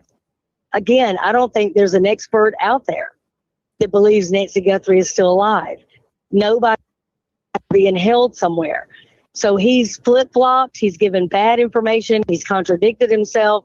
There's not a lot of, trust in what he's doing. But anybody would hate to see all of this happening now. I feel for the family. The Guthrie family is not getting what they deserve in this investigation, period. Oh, goodness, no. But to you, Joe Scott Morgan, I don't know that I agree if it would be such a bad thing for Nanos to be replaced, even though it is midstream. I don't think that it would be, but we have to look at this from a very, let's take the 30,000 foot view on this, Nancy, and you know this better than anybody. What's this going to bode for the future of the investigation, and for if they hook somebody up on this, what's it going to bode for that prosecution, perhaps? You know that the attorneys will have a field day with this.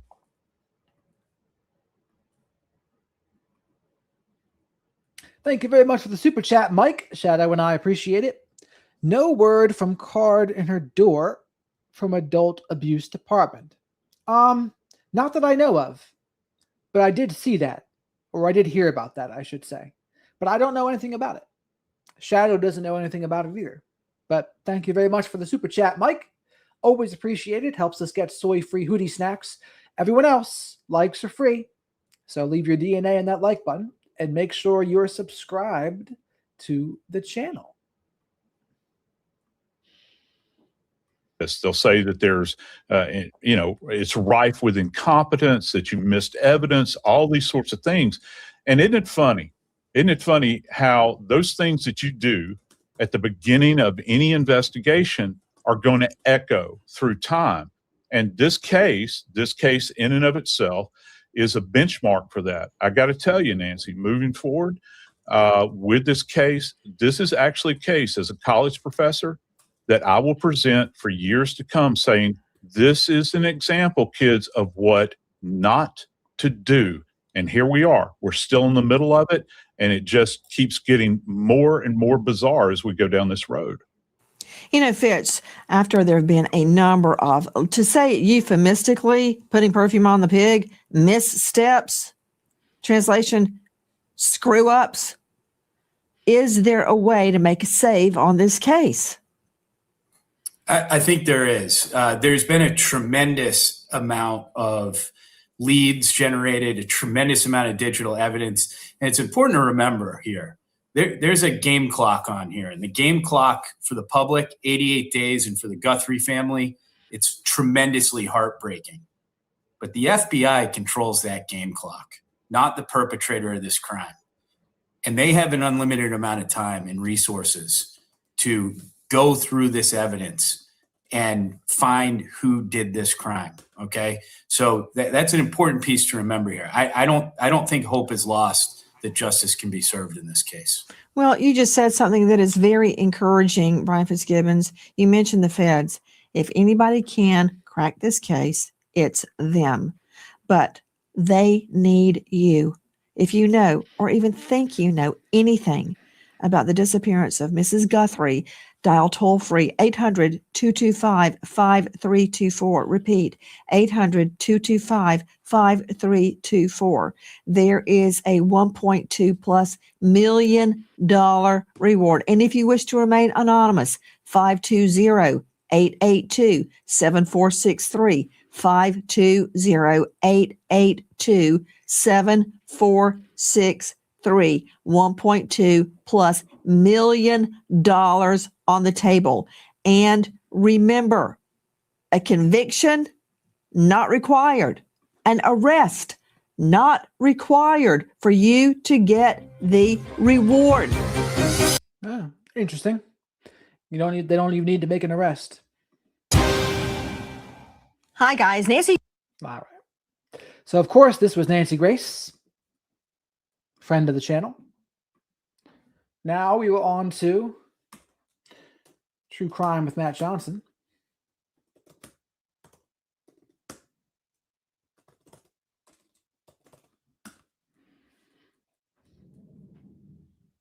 Or Justice with Matt Johnson, excuse me.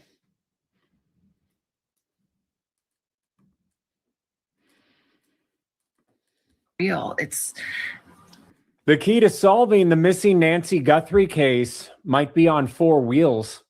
That's right, the getaway car. I don't think currently that the case is gone cold yet. It's much easier to find a car than it is a suspect, a la Brian Kohberger. Mike, do you mean the quote-unquote attempted assassination? If so, we did go over that a little bit last week when it happened. Amen to what Livin said in the chat as well. Also, make sure you like the video out there and subscribe to the channel. Let's see what else we have here.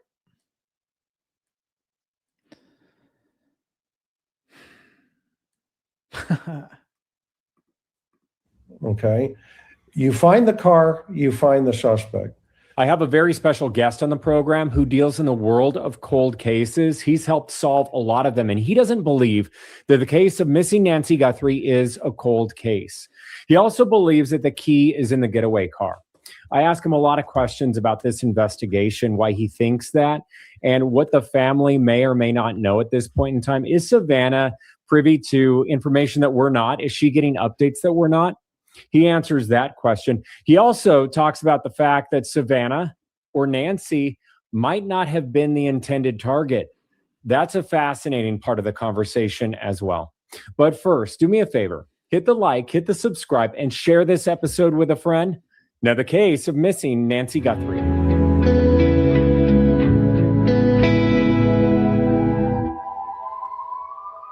So joining in the conversation to help break it all down, a very special guest. We have Chris McDonough, Cold Case Foundation, retired homicide detective, expert in criminal behavior analysis, director of law enforcement relations for the Cold Case Foundation, which is fascinating, and the host of a really good program that I need you guys to subscribe to, the Interview Room podcast and YouTube channel. I'll have all the details in my show notes. Laura, you have now cursed us all with the awareness of that now. First off, thanks for joining me. And what are your initial thoughts on Nancy Guthrie? Is this a cold case? You know, first, thank you, Matt, for inviting me. And man, I'm so excited for your future here on YouTube. It's going to be pretty neat. So if we just kind of step back for a moment, right? I think we're like 85 days into this now, or thereabouts. And if we kind of step back and say, okay, are there things happening behind the scenes? I think that a reality of, a task force still being together would still tell us that they are operating with functional leads coming in. There's got to be something happening. Now, that could be a digital footprint. That could be, this idea that the DNA is coming back. But at this point, to answer your question, I don't think currently that the case is gone cold yet. So I've only heard it once so far, Laura. Let's see how many more times the word okay is used. It's really more they're keeping all their cards close to the vest. Yeah, that's a great way. That's a great analogy. I believe that that's probably what's occurring here. So, you deal with the world of cold cases when you're not analyzing them. You've been working on them for years and years. So what are you waiting for? What's going to, perk up your ears? When are we going to have that moment? Well, I think once the investigation gets to a place where they maybe don't have any scientific evidence or something to that effect, forensically, when an investigation gets to that point, then they typically run out of things to, think out of the box creatively, right? And this is why the first 24 to 48 hours is critical in any kind of these cases just before they go cold. Because then you can kind of, retread backwards and re-engineer, what you first saw, what the first investigator saw, what they heard, from the witnesses and the reporting parties. And they kind of retread through that information because statistically, you're going to find within the first 300 pages of an initial homicide investigation and or a missing person, that suspect potentially could be right under your nose right then and there. So are we looking at a attempted burglary gone wrong? Are we looking at something that was an intended abduction? And how many suspects are you thinking we have? Well, I don't think this is an intended burglary personally, based on my analysis of the case. I mean, Yeah, that depends on your definition of burglary, right? Now, if you mean burglary is in stealing things, items, not the person, definitely not a burglary, in my opinion. But if you look up the definition of burglary, it actually includes anything, including a person, like just a break-in burglary. So that's a weird definition to me. if you look at the totality of the circumstances, Nancy Guthrie is an absolutely what we would call a low-risk victim.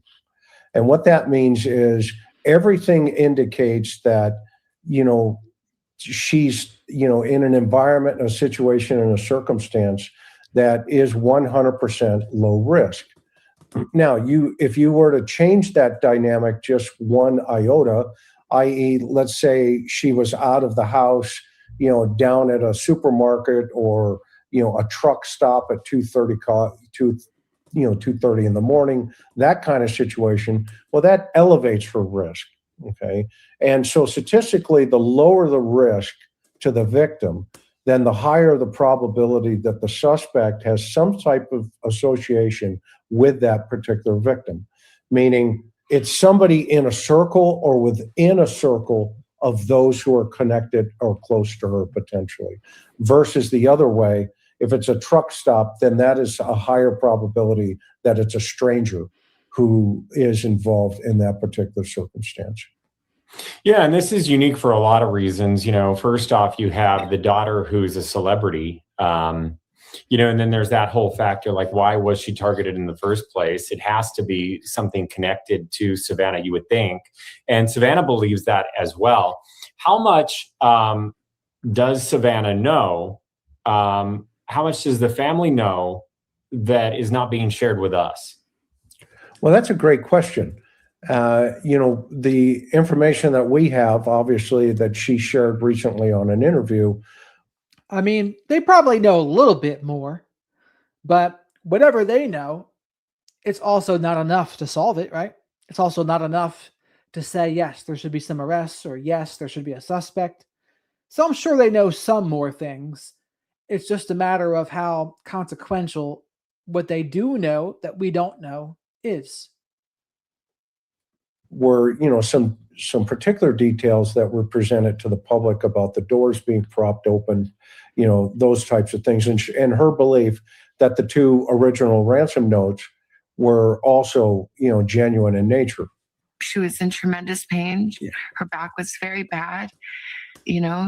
She was trying to, on a good day, she could walk down to the mailbox and get the mail, but most days not. So there was no wander off. And the doors were propped open. Yeah. And there was blood on the front doorstep. And the Ring camera had been yanked off. Yeah.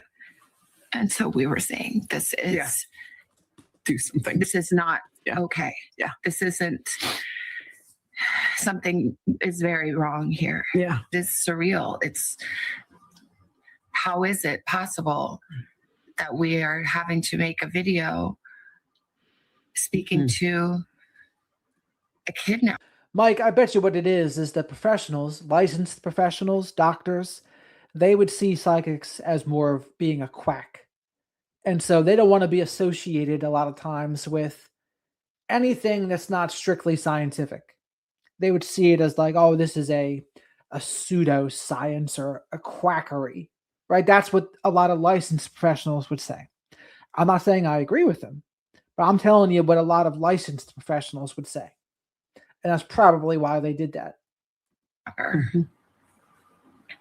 Who took an 84-year-old woman in the dead of night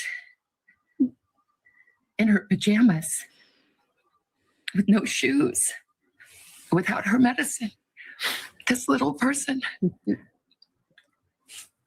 and to beg for mercy. Okay. The interesting thing about that, though, unfortunately, is we've not heard that from law enforcement. Okay.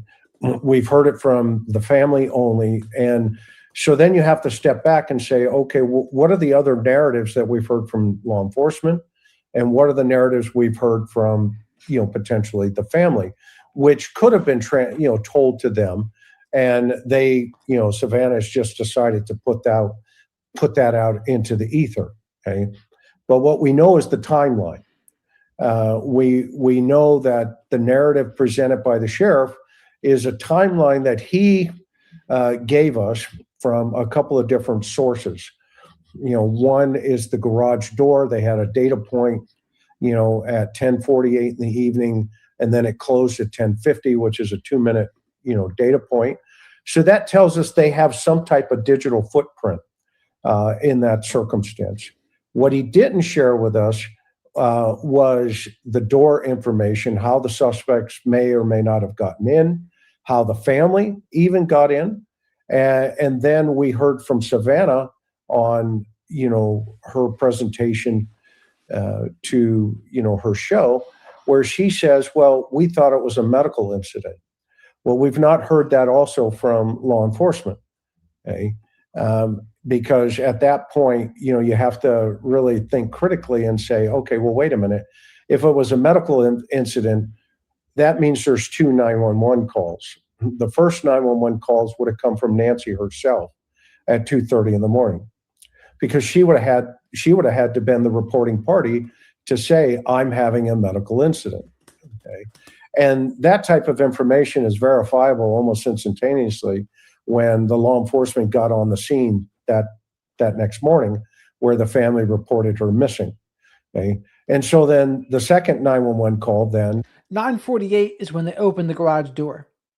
So that's when the phone app said the garage door was opened. 9:50 p.m. garage door closed. Is the daughter who calls 911 and says, Mom is missing. We're at the house and we're searching for her.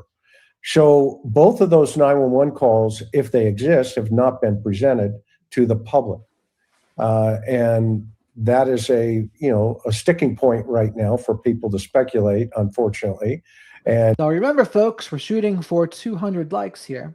We should be able to get it, considering how many people are here and how much time we have left to go. But so remember to like the like button, leave your DNA of choice in the like button, throw Shadow the Night Owl here a like vest, the same way that Brian Hooker should have thrown Lynette Hooker a life vest, but he did not. Subscribe to the channel if you're not already. And again, I go live almost every night, usually about 10 to 10:30 p.m. to talk about true crime, current events, and psychology. And I use my experience with mental health, addiction, narcissism, and abusive situations to give my unique insight on those things. And make sure you say hello to the flock of black sheep in the live chat here. There's also a fair amount of School of Pisces fish in the live chat as well. But it is a logical, sequence that you would have to ask,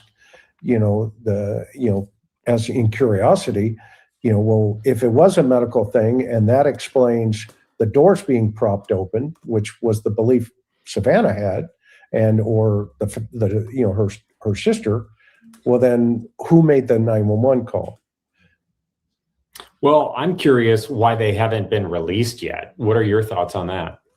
Well, again, that could be holding information back, that there could be something that they do not want the public to know yet, that, you know, would have leaned more towards, okay, we need to look in this a little bit further and a little bit closer. On a side note, anything new going down with the Hooker case? No, I'm sure they didn't find a body or anything, right? So what are they hoping for now? What are they hoping for? Are they just trying to build the motive? Trying to build the case together that way so that they can charge him even without a body? Is that what they're going for? Let's watch a little bit of Savannah's interview, and I'll ask you some questions on the other side. How? Someone knows something, even if that something is someone's been acting strange for the last 7-8 weeks, even if it's just that. Somebody knows. Mm-hmm. And maybe somebody's afraid. And I understand that. But our hearts are in agony. Yeah. We can't breathe. We can't live. We can't go on. We can't be at peace. We can't go forward. We have to know what happened. So is that a statement that, you know, she did? That was a lengthy interview, we all know. But are these answers to these questions off the cuff for her, or were they talked about with the FBI before she did the interview?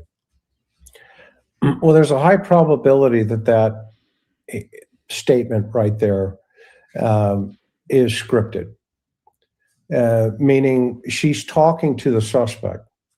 Note the fact that she says somebody knows, okay, but then she personalizes it. She says, "I understand."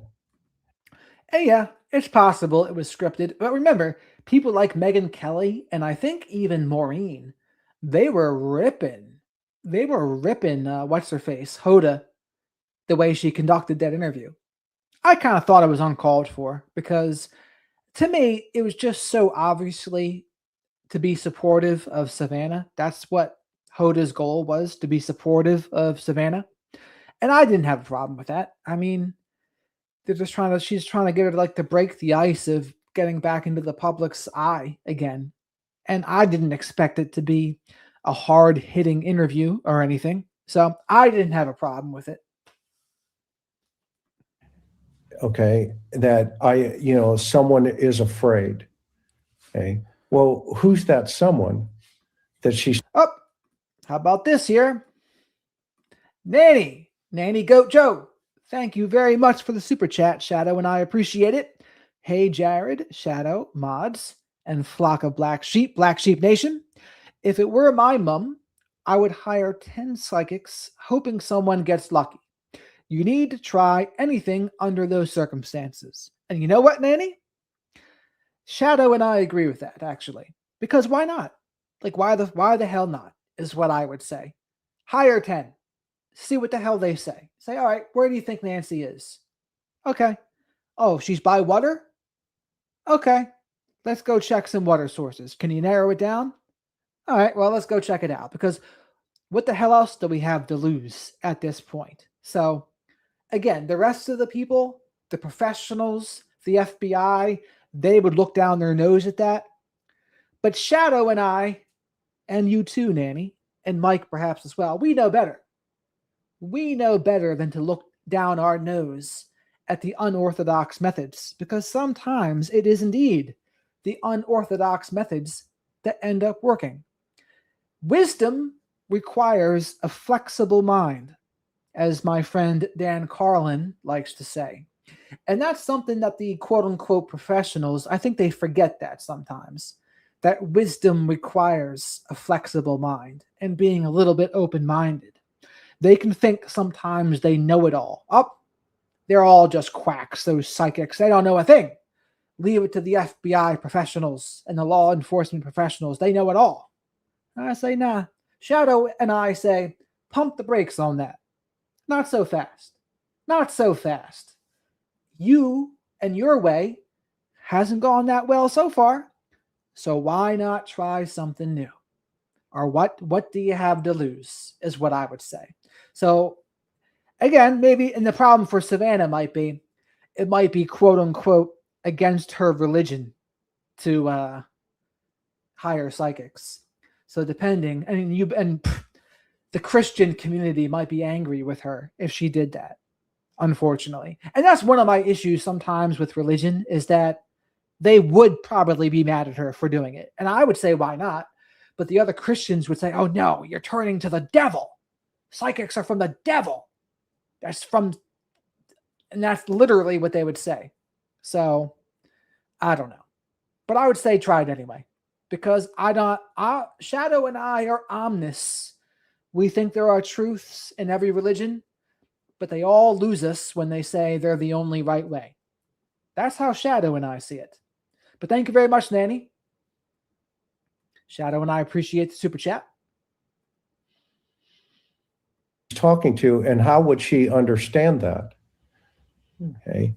Unless there's other information that's being held back, and that she is trying to figure out, okay, I'm trying to personalize my mother.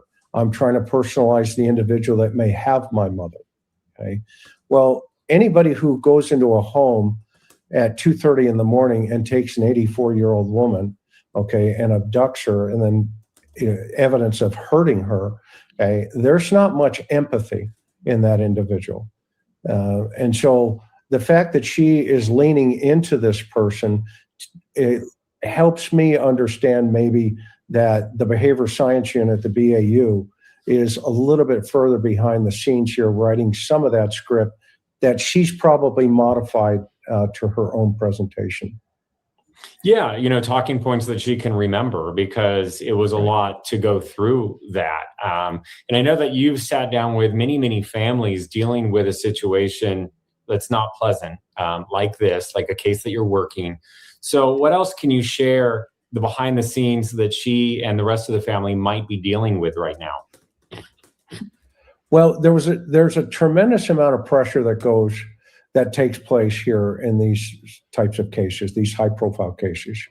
There's pressure from the investigators onto the investigators, and it comes from various different places, and that in of itself starts to press down into the family.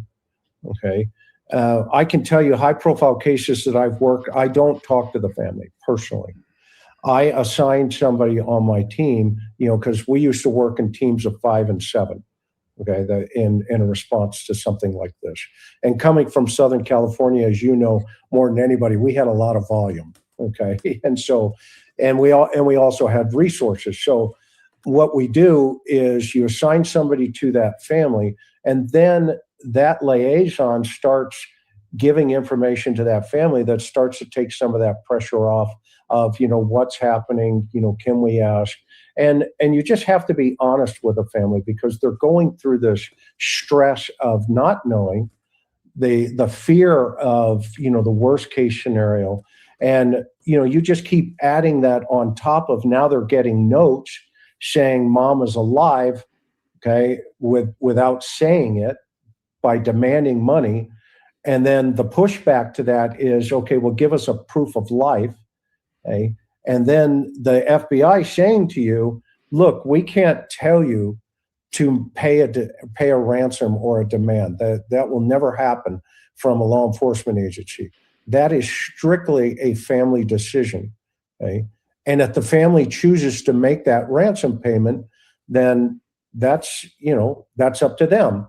Because we saw this guy who appeared, who showed up out of LA, out of nowhere, who said, yeah, did you get the Bitcoin? And then, the FBI immediately were on top of that guy, and they took him into custody. So the family is now weighing that stress and that pain. Okay. And then you have to step back and say, okay, well, we've got, as an investigator, we got to take the family out of the loop or keep them in the loop. I know that sounds crazy, but the reality of that is just what it is, And so what kind of actions did we see take place? They impounded the family, the daughter's car, okay? And they kept that into evidence. Well, why did they do that? Okay. They had to check a box to make sure there wasn't any evidence that was pointing towards that low risk victimology. Okay. They also searched their homes a couple of different times. Now imagine being the daughter of a missing woman, 84-year-old woman, and the police coming and saying, hey, we've got to impound your car. Okay. Well, why? Why are you impounding my car? What does that got to do with my mom missing?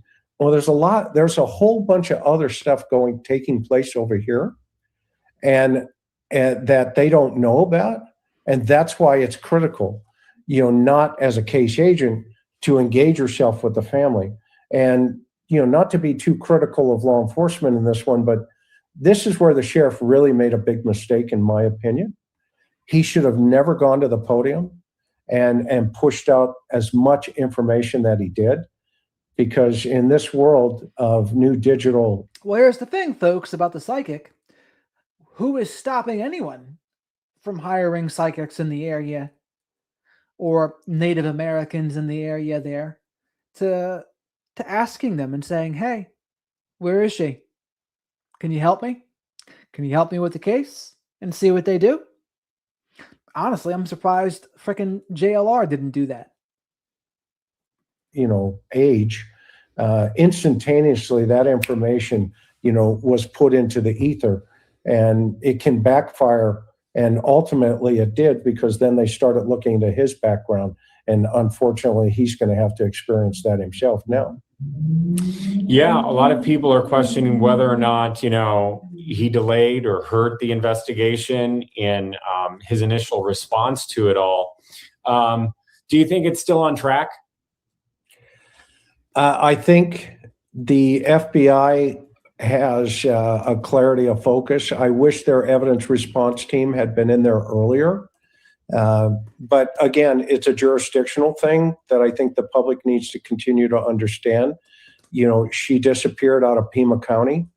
Unless they can show some type of nexus for a federal investigation to completely take off and kick in, meaning if they have evidence that she crossed over, state lines, or it's gone to a foreign country or something like that, then the Pima County Sheriff's Department will continue to be the tip of the spear. What are you watching for at this point in time? Do you think that it's the DNA that's going to crack the case? And why are the photos, not the video like we were told, why are the photos from the backyard taking so much time? Like, shouldn't they, if they know that they exist, why are they taking so long? Well, there's a whole bunch of analysis taking place, right? And that digital footprint. Okay, but I think this case ultimately, hypothetically, is going to come down to the first 24 hours of who was interviewed and what they said, and the first 48 hours. Okay. And then, of course, the digital evidence comes in as kind of a reinforcement of, okay, we're on the right track here. Okay.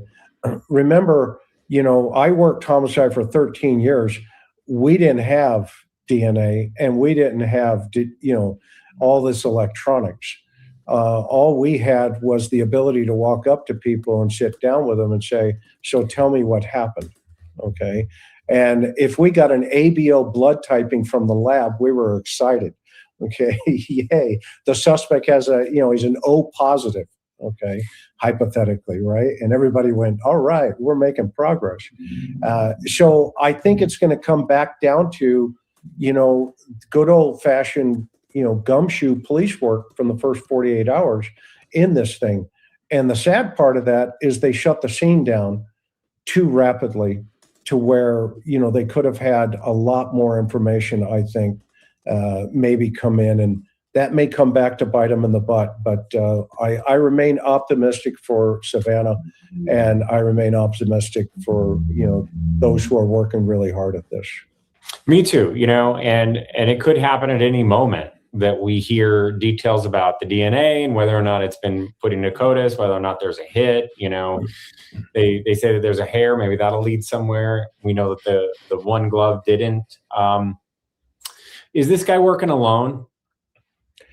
In my opinion, no. There has to be at least two. And one of my colleagues on the Cold Case Foundation, Dr. Picato, describes it as a chef and two waiters on the porch, or a waiter on the porch serving the food. He thinks this guy's the waiter. I can't disagree with him. I think there's somebody, a little bit smarter behind the scenes on this one. The fact that the guy doesn't even know how to, carry a weapon. He's trying to use weeds, to either pretend or, pull a camera off of the door there. And if you go back to that one picture right there, Matt, again, that you just had up. Yeah, that one. Okay. It looks like he's looking to the left, through that side window there. But there was another YouTube channel that actually shows his pupils are focused on the camera itself. It was a reverse image that this individual did. It was brilliant. And you can clearly see the moment the suspect hits the porch, he's focused on that camera. Okay. Now, what's interesting about that is if this guy and or somebody else, because there's two pictures, remember, there's another guy in the background standing back there in a second photograph that we don't know what the metadata is going to tell us when that picture was taken. But if this guy had previously surveilled this potential target, okay, wouldn't it be logical that he had seen that photograph or seen that camera before this particular night? So it causes you to think, well, wait a minute then, is this the same guy on the other photograph? Or if it is, why didn't he account for the camera on both opportunities that he was present at the residence? And so that also brings me, anyway, in my thought process, into a vehicle. That is the most risky type of event or tool to bring into an abduction, a car. It's much easier to find a car than it is a suspect, a la Brian. But what would you do if it wasn't a car? What would you take them out with if not a car? Like, walk through the desert and lead a path, leave a trail? No. So what else would you do? It's really your only option, right? What other options? They're going to hang glide away? Get a helicopter? Like what? I mean, a helicopter, there's airspace involved. So what other options would there be? Let's see if he has an answer to that. Kohberger, okay? You find the car, you find the suspect. So the fact that this guy may have driven, on the 24th, the 11th, and then the night of the abduction, a vehicle to take her out of the area, okay, that is a very high-risk activity for this suspect, okay? And so most of these individuals like to lower their risk, okay? And so that tells us this guy or person, whoever it's going to be, is very comfortable, not only on that front porch, but he's comfortable in the area as a whole. That his car would not stick out if they saw it at 2:00 in the morning going by on a Ring camera. Okay. Do the neighbors need to worry? There's been some reporting about neighbors concerned, and not just from the so-called YouTube journalists and whatever's going on with some of them. I'll stay out of that. But just in general, since we don't have a perpetrator, we don't have a person of interest, we don't have a suspect, should I be worried for my family if they're in the Catalina foothills? That's an interesting question. If you're 84 and, there's a series of abductions taking place in the Catalina foothills, the answer would be yes. But in this particular scenario, those statistics do not exist. Okay? This is like, it is so rare that even the scientists, the data scientists are going, we've never seen something like this. Okay. Now, statistically, if you're elderly, there's a higher probability that other things, you could be a victim of a crime. So lock your doors, lock your windows, always keep, there's a saying in Hawaii, be akamai, which means just pay attention, to what's going on around you. And as long as you're doing that, I think you're going to be very, very safe. So I don't think there's a danger to that particular, neighborhood as a whole, personally. So give me your best summary or guesstimate on the motive here. So, we have a woman who's 84. She doesn't fit any sort of profile that's typical, right? So, I mean, we have the Savannah Guthrie. So Autumn Elizabeth's grandmother had a dog named Shadow when she was little. How about that? How about that, Shadow? Guthrie factor, but she doesn't live there. So why her? Yeah, great question, right? I mean, and why if you're trying to get back at... And by the way, folks, please remember to like the video because likes are free. Leave your DNA in the like button. Spank the like button if you're feeling a little bit frisky. Make sure you're subscribed to the channel. Say hello to the flock of black sheep in the live chat. Black Sheep Nation, we call them. There's also a fair amount of Pisces fishes in the chat as well. And as always, super chats, super stickers, becoming a channel member, or gifting channel memberships, great ways to support the channel. And they help me pay for Shadow the Night Owl's soy-free Hootie Snacks. And thank you very much for all the support I've gotten so far. At Savannah, are you living vicariously by taking her mom, out of the house? Because now you have to manage her, to keep her alive. She's got health issues.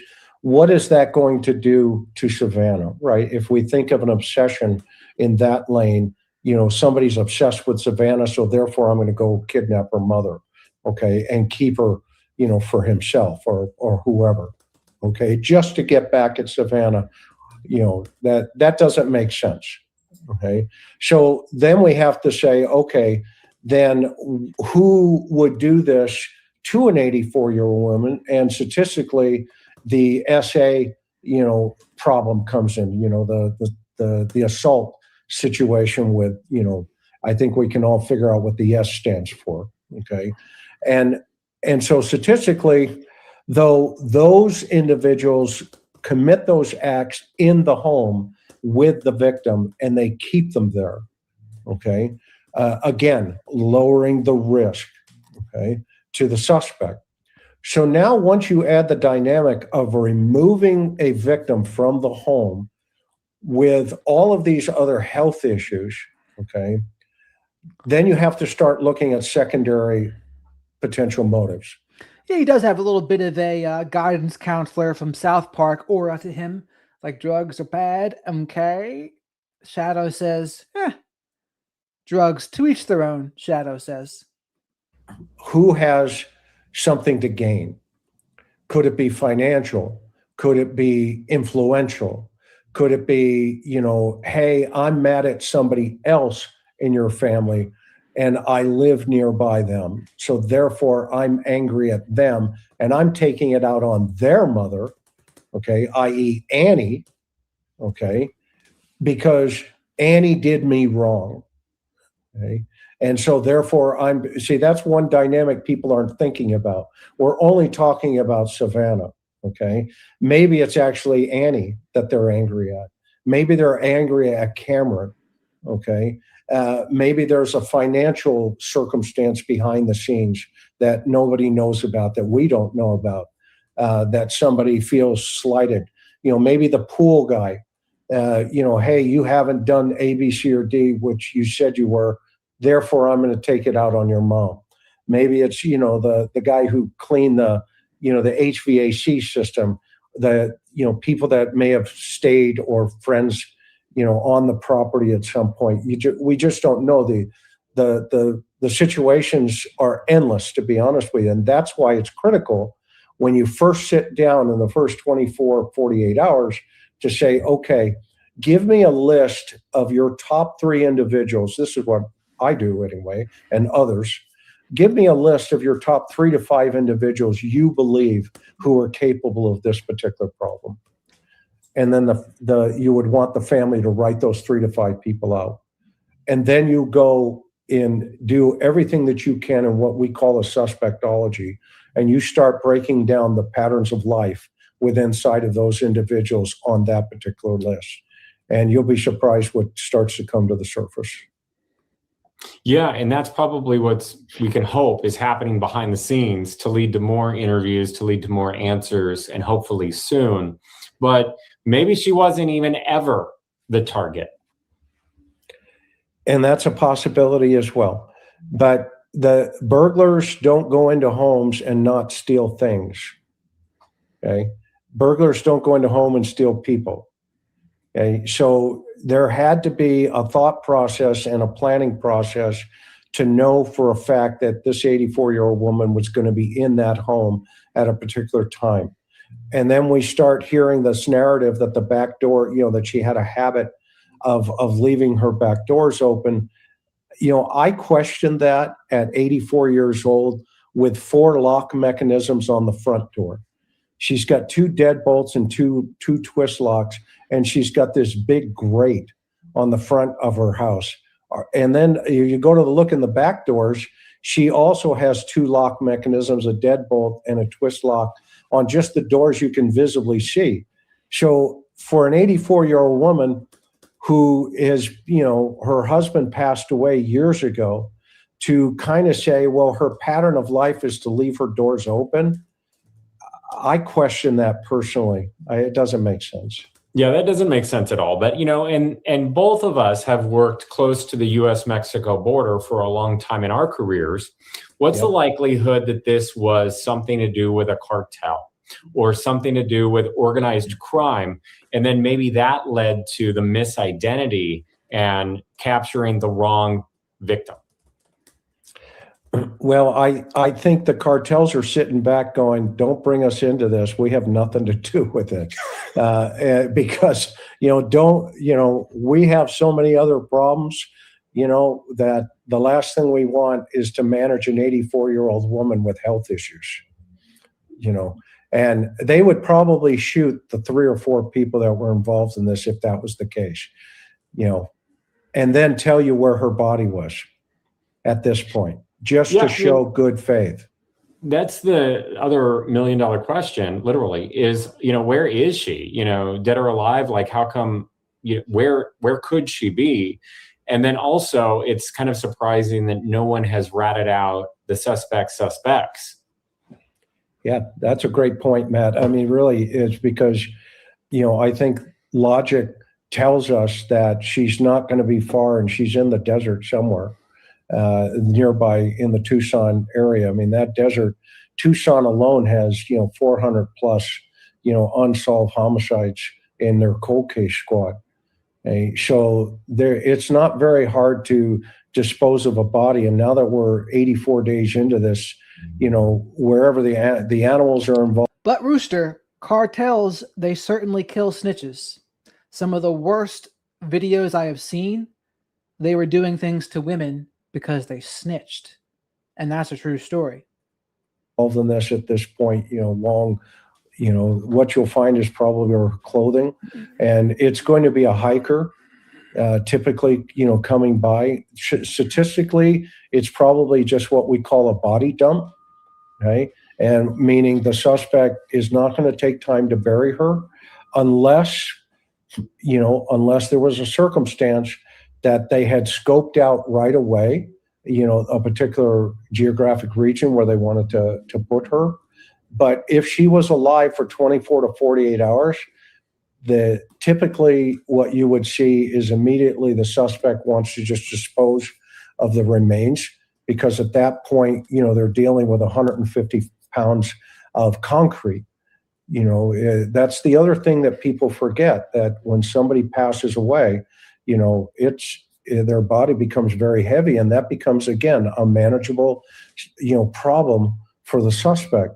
And so this is why, if you have cars, if they've impounded cars, what do you think what one of the most logical things to take out of a vehicle, not thinking about the electronics piece here, right? Not to put you on the spot or anything, but, critically thinking, right? I'll give you the answer real fast. It's the air filter in the vehicle, right? Because that air filter captures pollens and all kinds of, dust and air and all of that stuff. Well, you can match that to a dump site if you find a body. Okay. I've had cases where they've been dumped up in the mountains. Victims have been dumped in the mountains, and we've sent botanists in to collect all the vegetation around where the victim was found. And then you take the air filter out of the car, and then you scientifically, you can see if that vegetation is consistent with maybe the air or the molecules and all the product that blows into that air filter. And I've literally thrown on the desk to a person saying, well, can you explain how your air filter got the same, molecules around where the body was? And well, that is awesome. I never even thought of that. And that really nails someone to a crime, but you have to find the body first. So how do we do that? Great question. You have to be willing to allow additional searches, and you not just wait. Okay, you have that digital footprint now that they're working on, probably because they took down 2 cars.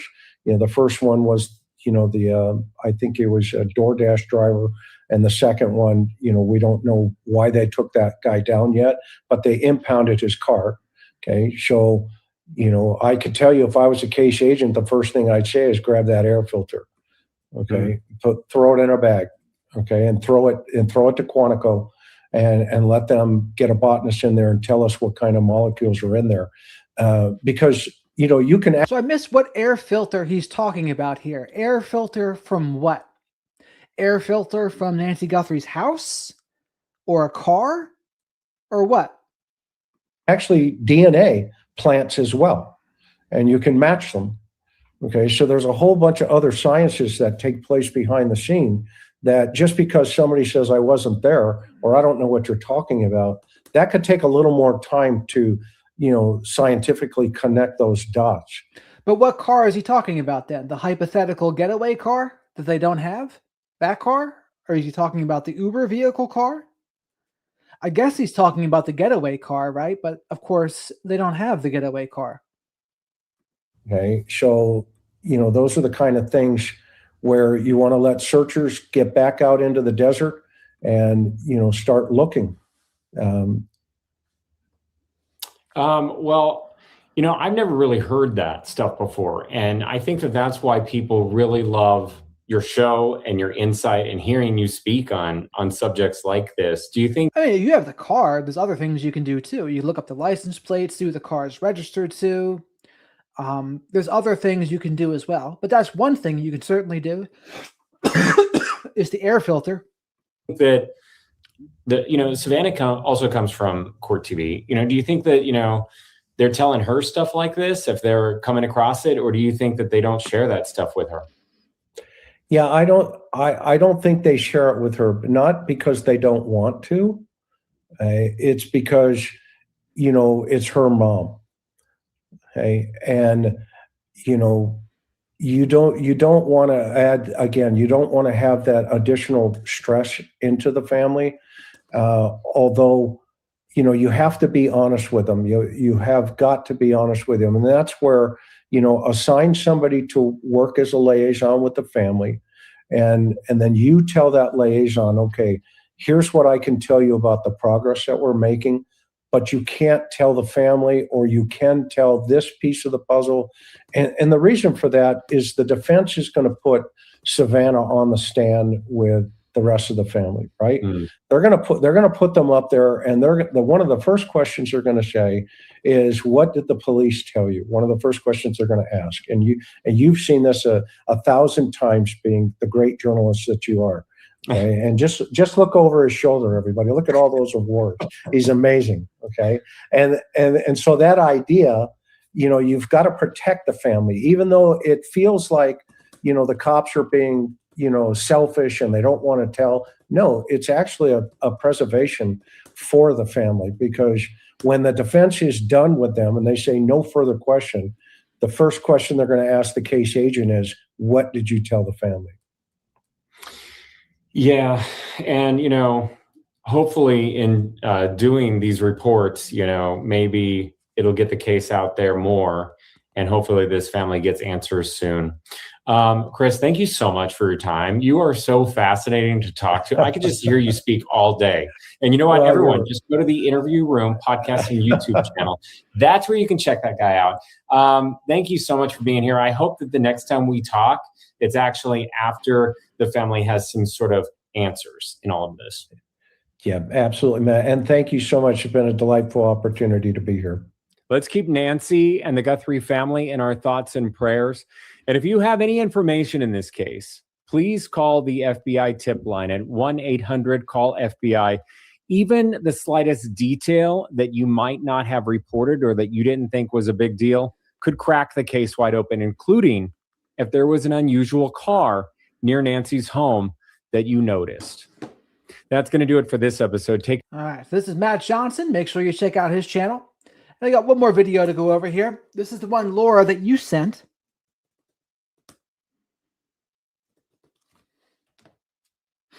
Gotta remember the name of it.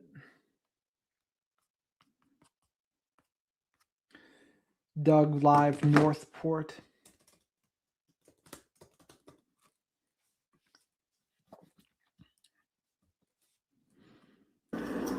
Like a new update, Richard Nolet claims that his brother is the kidnapper. Richard here says his brother's the kid. So this is the guy that called in that Sleuth program the other day. Now, this guy, to be fair, I thought what he said could have been plausible, but then he did say that there's 80% of Nancy's body might be in the backpack. That's where he kind of lost me a little bit. And I think, but they did go to check that lake. I think that dude Sleuth and others did check that lake. And I think what they learned was the lake was very dirty, but I don't think, or very hard to see. I don't think they found anything, but let's see. Let's see what's going on with this video. Kidnapper. Now, what does his brother look like? That's the question. We had some strange stuff going on here. Here's Dolly. Dolly's at the scene, and this guy walks by that looks just like the guy, and he ducks down. Right when he's by the cop car, he ducks and hides his face. Very strange, very fishy.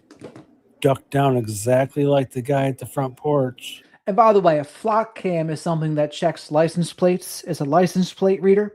So that uses infrared and motion sensors to catch plates day or night, converts plate images to into searchable text, stores data in a database that law enforcement can query, e.g. shows all cars matching this plate or description. What it's used for: finding stolen vehicles, tracking suspect vehicles tied to crimes, alerting police when a flagged plate enters an area. What it does not do, generally, it's not primarily for facial recognition. It usually focuses on vehicles, not people. Why people talk about it. Supporters helps solve crimes quickly. Critics say it raises privacy concerns due to widespread tracking of vehicle movement. Bottom line, a flock cam equals a smart license plate tracking camera that logs where cars travel, not a general purpose surveillance camera focused on faces. Interesting.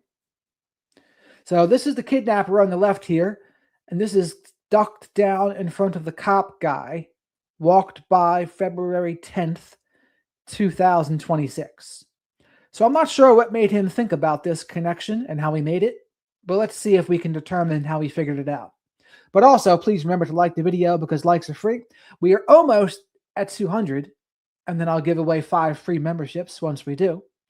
Becoming a member gives you access to the members-only live streams. They're usually Q&A chill streams and the lords of YouTube random decide who gets them. And as always, super chats and super stickers are also great ways to support the channel. They help me pay for Shadow the Night Owl's soy-free hootie snacks. And thank you very much to everyone who's been supporting the channel so far. This guy, I think, lives in the neighborhood. Might have a family. Is that his Mercedes in that driveway? I don't know. He actually looks like Richard. Is it Richard's brother? Very good questions. But Richard says his brother did it. He knows his brother did it, he said. He's got a theory. Okay, on the 10th, Dolly was sitting here from Dolly Vision, and here's the guy walking by. Looks a lot like the porch guy. Got the same sole shoes, black sole on the bottom. So Laura, though, how is he making this connection? Like, what made him think all of a sudden, oh, this guy reminds me of Porch Cam guy? I'm trying to figure out where he did it. Kicks his left foot out, kicks it out wide, almost like how you do it with when you got boots on, cowboy boots. The shoes look really weird. I don't know if it's a cowboy boot, snakeskin boot, or what. But if you watch, he kicks his foot out. It's got black soles. Looks like a boot there. In some spots, it looks like a shoe. And you can see, oh, he's got the dog, and he comes back 5 days later. But you saw he ducks by the cop car. But look at how he ducked, just like the guy at the porch. I mean, is that a coincidence? Look at that. Like he's hiding from the cop. Kind of. I mean, he might be grasping at straws here, right? So, Song Bits, you say this was debunked? I hadn't even heard about this theory until Laura sent it to me, but it might have been debunked too. This video is only 2 days old, though. Wow. Who is this? Is it Richard's brother? I don't know. Looks a lot like the two backpack guy. Now here he is. This is from 5 days later. I can't believe it. I mean, something's not right. It's too fishy. The way they both kicked their left foot out. Look at this. The shoes look the same. Look at the bottom of the shoe. I mean, so many coincidences. And the guy always comes back to the scene. Now, is it that guy walking down that driveway with the Mercedes? Does he live there? You're going to see. Look at the way he kicks his foot out. Like he's walking like he's a soldier. Like the toes kick way out. Like, and I think that's how you usually walk when you have boots on, because they're so uncomfortable. You kind of flip your foot out, and he walks pigeon-toed in both things, and the feet, they flip out exactly the same motion. Get an expert on this. It's. I mean, I'm not an expert, and I can tell. Any expert's going to tell you it's the same way he kicks his foot out to the left. Same exact thing. This has got to be the guy. He had the balls to come back to the scene and walk in front of everybody. He did it because he didn't know that they knew the video footage hadn't come out of the porch guy. It hadn't come out yet. This was the morning that it came out this day, but it came out later on.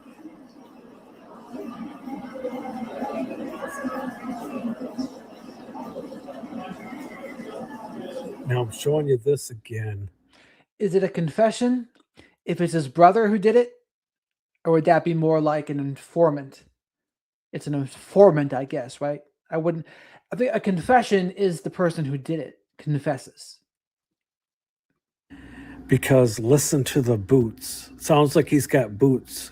I said it was Clydesdales, but I don't think it is. It's boots.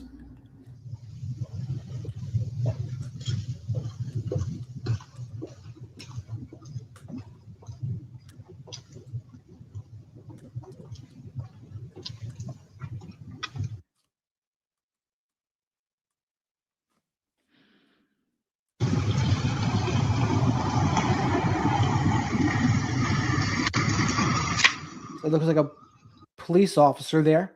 What house is this supposed to be?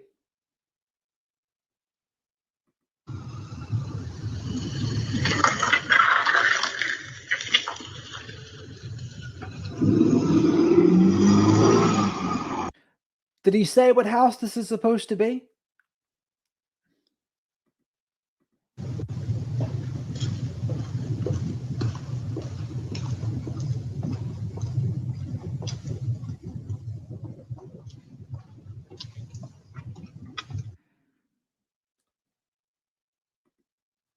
And is this of the night of the abduction or another night?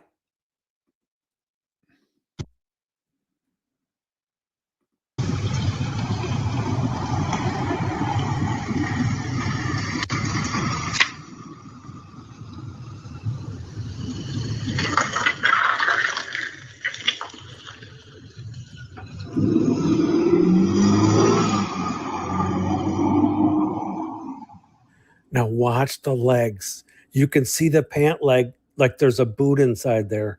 You can see the pant leg stick out. You know how boots make your pants stick? Look right there.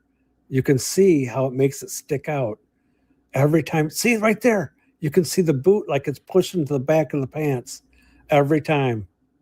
Right there. You can see like the boots. It almost looks like he doesn't have them on tight, like they're loose.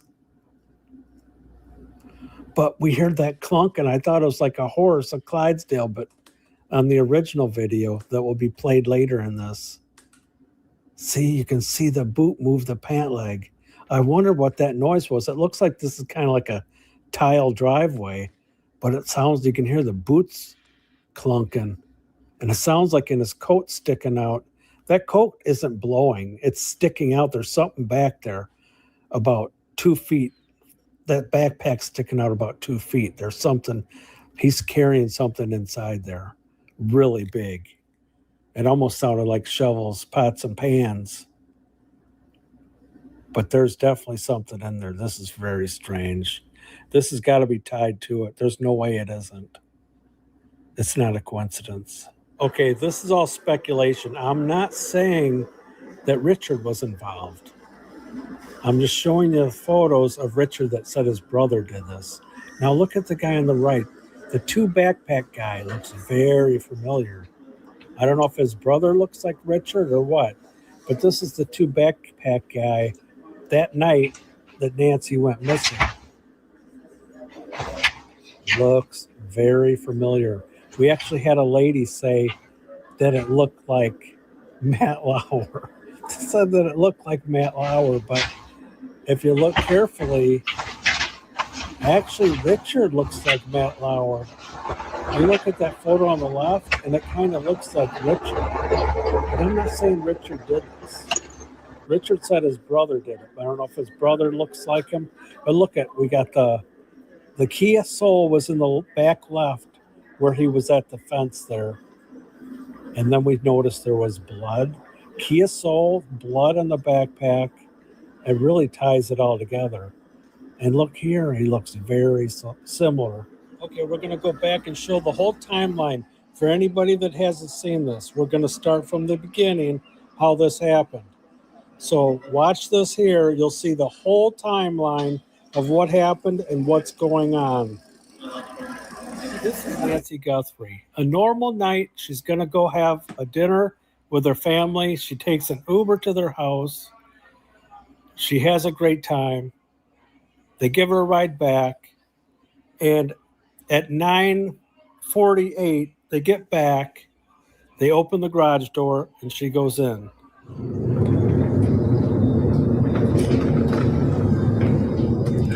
This channel is called Doug Live Northport. Doug Live Northport.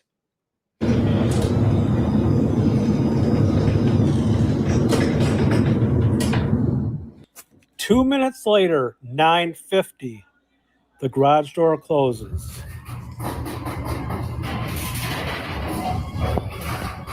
We got over 200. So the Lords of YouTube Random and I are going to gift out 5 channel memberships. Thank you so much for helping us get there. Okay.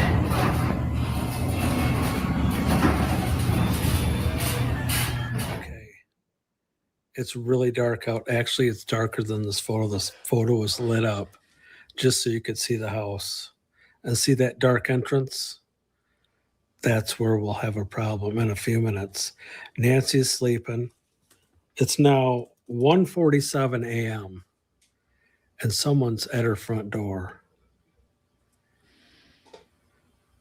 I don't know how he didn't know to block himself with a towel or a cardboard or something coming up to the Nest doorbell camera. You would think he must not be professional. He goes out and rips flowers out of the ground to try to block the camera. He must not think the night vision can see him right now. And he's got to get up close with the flowers, which makes no sense.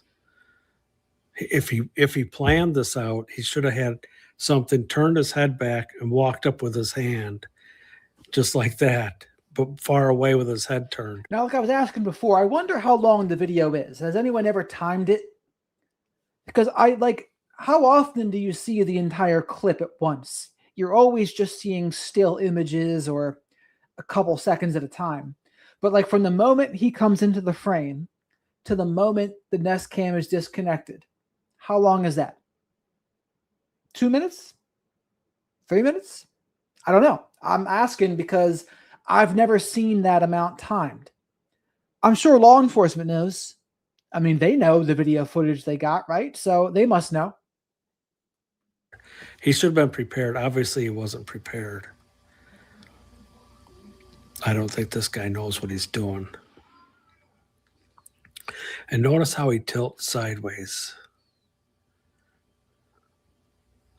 And notice the shape of the backpack. Someone said when he reaches up, you can see a tattoo on his arm, but that's stretching it if you ask me.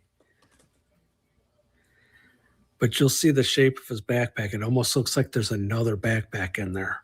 2 a.m. Her pacemaker spikes. She must have been startled by something. The reason we know this is because she had it connected to her phone. So as soon as this monitor shows an increase in the heart rate, it sends a signal to the phone. The phone is linked to this device unless you get too far away. Now 2:12 a.m. Another camera, I'm not sure if it's this one or another one, detects a motion. So it actually goes off, but there's no image. I don't know if they're going to be able to get that image. I think they're trying to. Now 2:28. The pacemaker that was communicating with her phone has disconnected. She is too far away for her pacemaker to send a signal to her phone. That means she has left the area and her phone is not with her. So her phone is in the house and she's not. That's what it means when the link between the two devices disconnects. 2:26 a.m. A few miles from Nancy's house, a car races by. With the timing is perfect from when he left to that house, the distance and the time. Now, what I had heard was they said this Kia is not it. But then again, right? If we're going to say that no one should be cleared person-wise, how can we be ruling out other things like this? I mean, I don't know. I don't know how they decided that it wasn't anything, but you never know. And then he says, so this 2:36 a.m. and 2:52 a.m. thing, this is new. So someone seen with backpack breaking in. Maybe that's the other video that we've also seen that was from about 5 miles away. I don't know, though. I mean, if you're doing something like this, I think you're going more than 5 miles away. That's kind of my guess. But you never know. Maybe not. Maybe not. pretty much tells us this is the car that left the house. And you'll see it right here. It's actually a Kia Soul, a white Kia Soul. You'll see it go by fast, and then I'm going to slow it down. Then I'm going to stop it. It's hard to see. Right here, it's a Kia Soul. That's a white Kia Soul. And you know what? We need to remember this, the white Kia Soul. Okay, we had to look this up to see if Ring cameras can actually be off. And it says, yeah, they could be off an hour or several hours. And with the time zone changing around this time, it could be screwed up. Even though Arizona does not change back and forth, the time zone. But it's very crucial because this guy was ruled out. He was actually ruled out because the time says 1:52 a.m. Or actually, this started at 1:52 a.m. So they're saying there's no way he could have been there. But if you add an hour, it's 2:52 a.m. and it would make it perfect timing for him to drive the 5 miles from her house. So you have to add an hour to make it make sense. But why is he adding the hour though, if it's not 1:52? To that backyard right there. Perfect timing.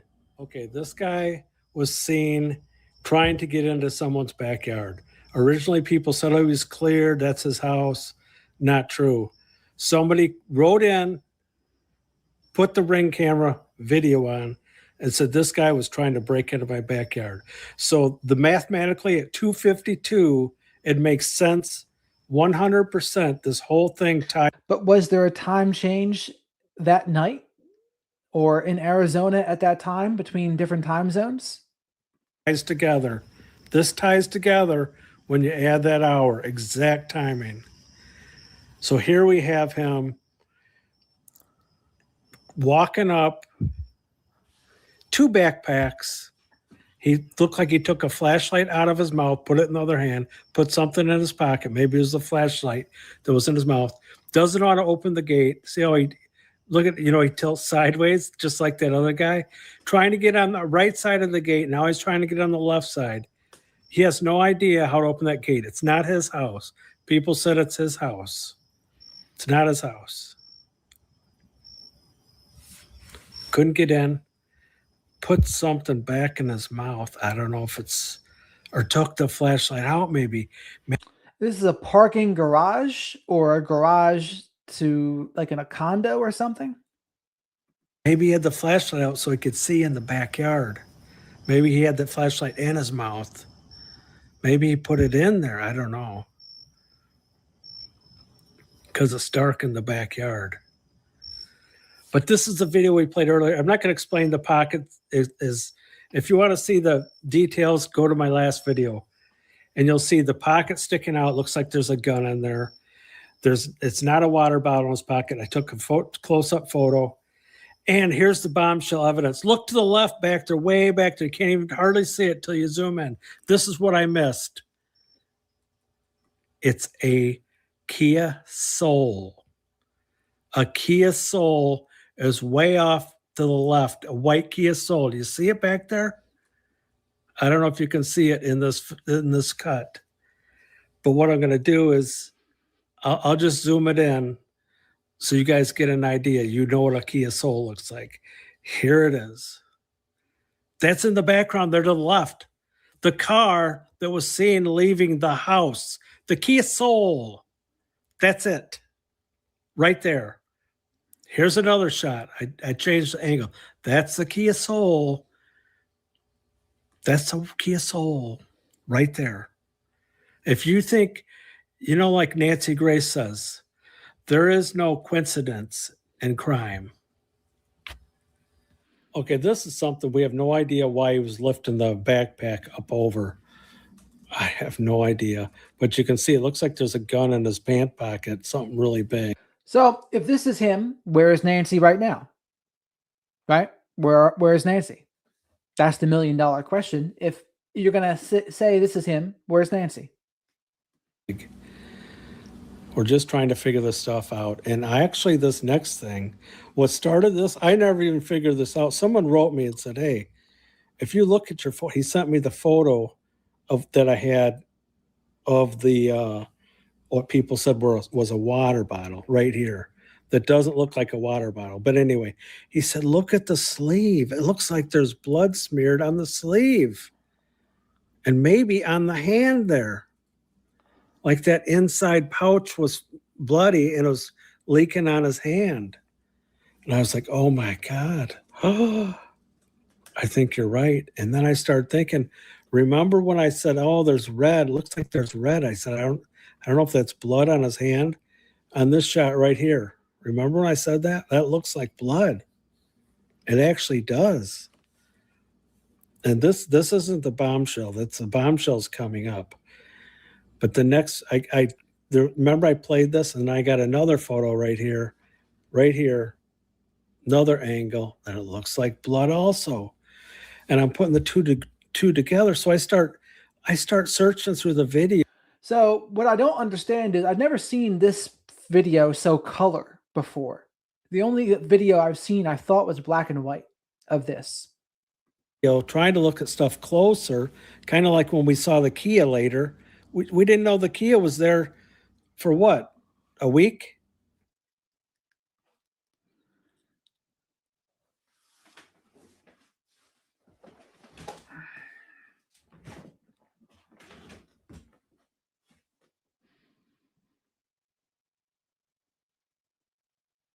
This is not what we wanted to hear.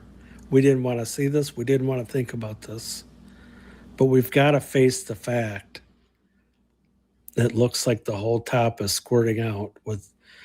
It doesn't look like, it looks like the same filter that Monk uses. Remember how Monk was using different filters on the Nest Cam guy to make it look different colors and more vibrant? So I wonder if this guy's doing the same thing. Not ketchup or it's not paint. It's terrible. I almost wish I wouldn't have noticed this, but because it kind of it might change things now of what we're thinking, because we were all praying she was alive. I just don't understand why no one will listen to me on this video. No one will look at him as a suspect and interview him again. They said he was cleared because the time didn't match, that it was impossible for him to be there. Well, if the clock was wrong, which they always are, mine has always been wrong. So he's going off the assumption that the clock might be wrong or the time might be wrong. Well, okay. Well, then we would ask the next questions would be, well, then where's Nancy? And where's that Kia sold now? And is there anyone else involved, right? Many questions.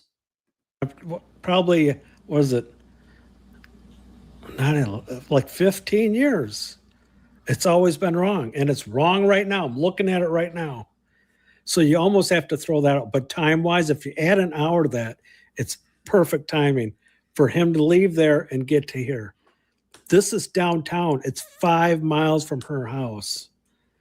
And he's trying to get into the backyard. We don't know what he's doing. This isn't good news. But is that blood? You tell me. Am I imagining this? Do you guys not see all these clues? You don't think everything looks. I almost wonder if he doctored some of this video a little bit to make it more convincing. I don't know. Everything ties together. The hoodie, there's a hoodie when he's at the front door, you can see a hoodie. He's got two hoodies here. He's got a black one and a gray one. You can see the hoodie right here. Look at the, oh yeah, you can see the hoodie there. Look at the backpack. It looks like it has that little black one before inside of there. See that? Then, that looks like a different backpack though, doesn't it?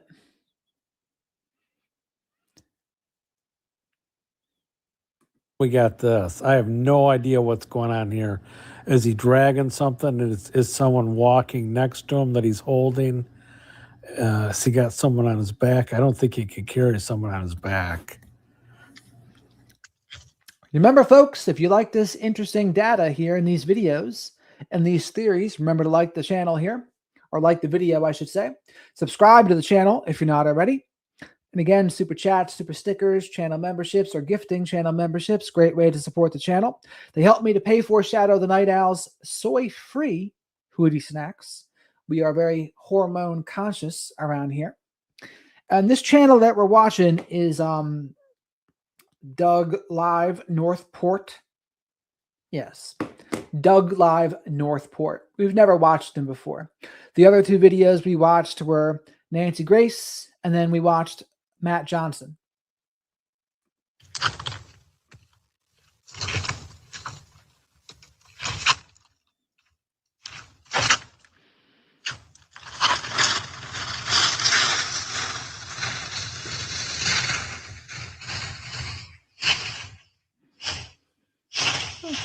One in the morning on the second. I don't get it. What is there someone walking with him that he's holding on to? I don't think it doesn't look like he could carry someone on his back the way he's walking and how fast he's going. I don't get it. Is it a tarp? Is he dragging something or someone? I can't figure this out. It's very strange. This is in Tucson, Arizona on the 2nd at 1 a.m. Can you explain this? What the hell is that?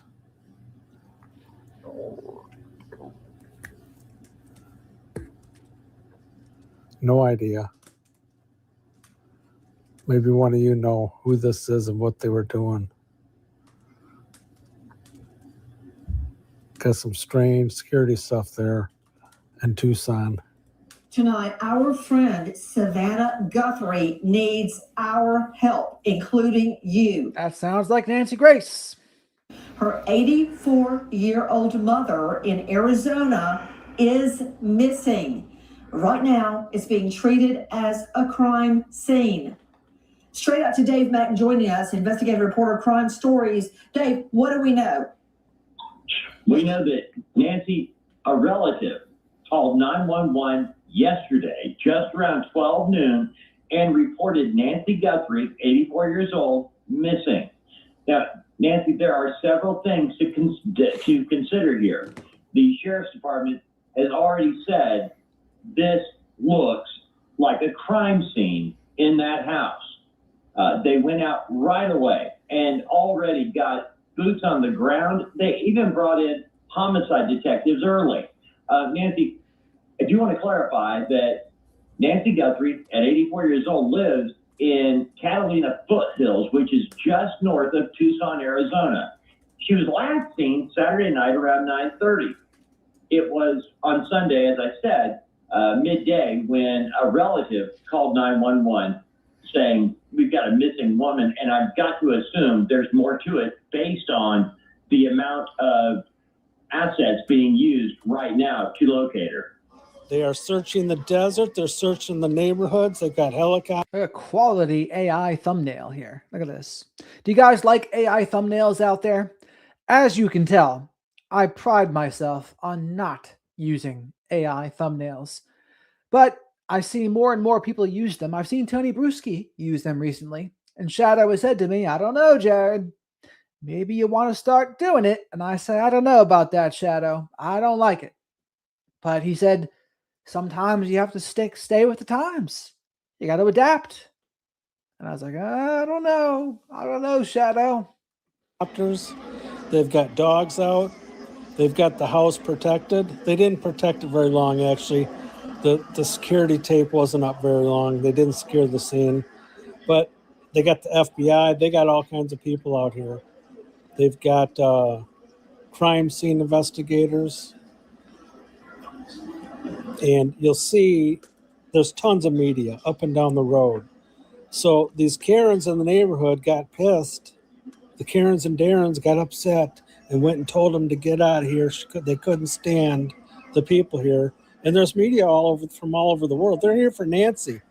You know, they're not here to bother your neighbors. They're just here to show the world that what's going on. But no, these Karens went crazy. So these Karens went to another level, went down to the city had no parking, made it so there's no parking in the neighborhood, trying to get rid of all the media. So it worked. They forced them all out, so you can't park there anymore. You have to drive from miles away and get dropped off. And if they didn't stop there, you can't even stop your car. You'll be arrested. I wonder if they're going to make it so you can't breathe in their neighborhood. There's no breathing. Listen to this. 0.04 miles away from Nancy's house. This is on the 19th. This is over 2 weeks after the kidnapping. I don't get it. This is at 3 a.m. This is just a block away from her house. And this guy's got this backpack with the reflector, very similar clothes, and his back, he's got something sticking out about 2 feet. And you hear clunking. It sounds like pots and pans. What is this? I realize it sounds like Clydesdale's walking, but I'm pretty sure it's just cowboy boots.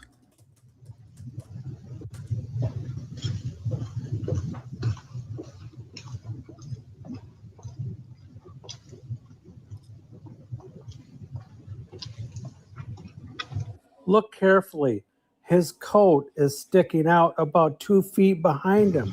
Now we've got the cops coming a little bit after. I'm not sure if the homeowner called the cops. I'm not sure if the Ring camera did it. But you can also see, if you watch the beginning of the video, you can see the light is on inside the Mercedes. There's an emblem on the ground, which means somebody was either trying to get in or was in. Now look at here.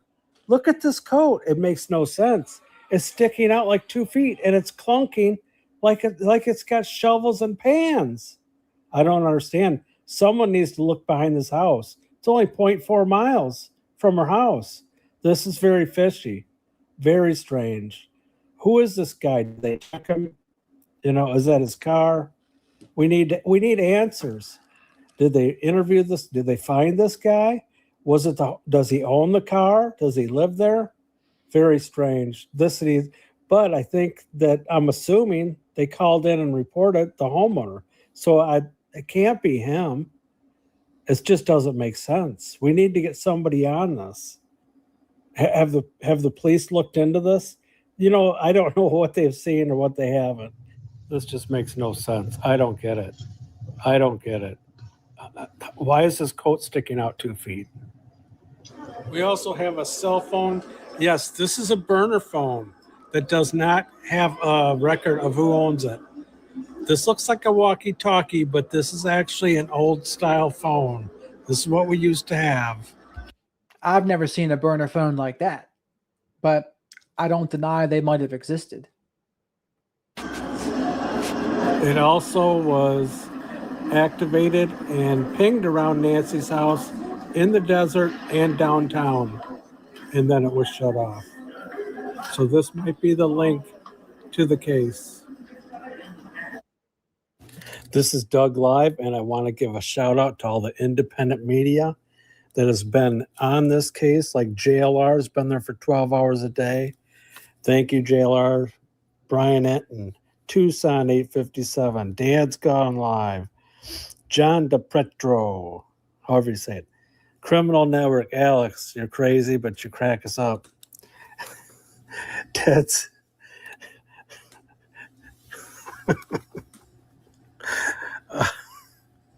Ted Investigates, Adventures with Jim, Another Realm. Even though she's from Canada, she's a great medium.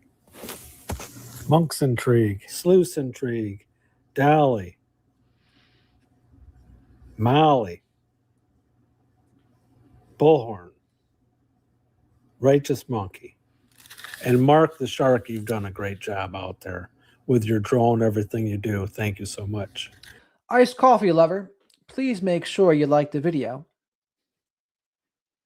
Leave your DNA on that like button, please. Yeah. We're going to have to make sure you do that. And we listened to Nancy Grace and Matt Johnson before this, by the way. MAB Investigates, ASW,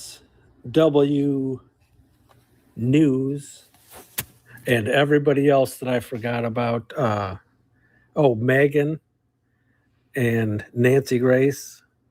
All right. So one more thing to watch.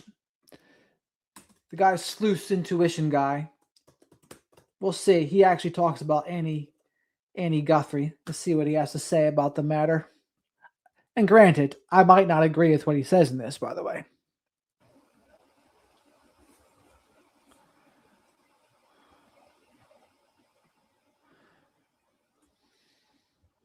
All right, looks like we are live. Welcome back to the Sleuth Intuition channel. I'm your host, Patrick Vallejos. We are broadcasting to the world live from Phoenix, Arizona. And today we are diving back into the Nancy Guthrie case. Title of today's episode, Is It Time to Talk About Annie? So we have a lot to go over. We're going to go over the latest with Nanos and his interview with Brianna Whitney, Phoenix's very own Brianna Whitney. I'm a huge fan. So that's a new thing. Nanos was interviewed by, what's her name? Maybe we should watch that instead. Brianna Whitney. See, that's why we go into these channels, because we learn new things.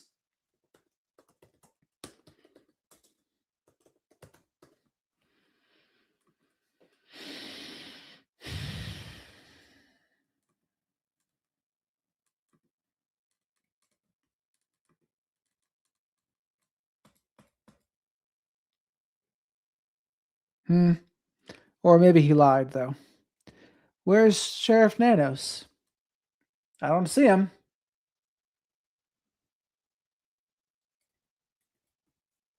Maybe not.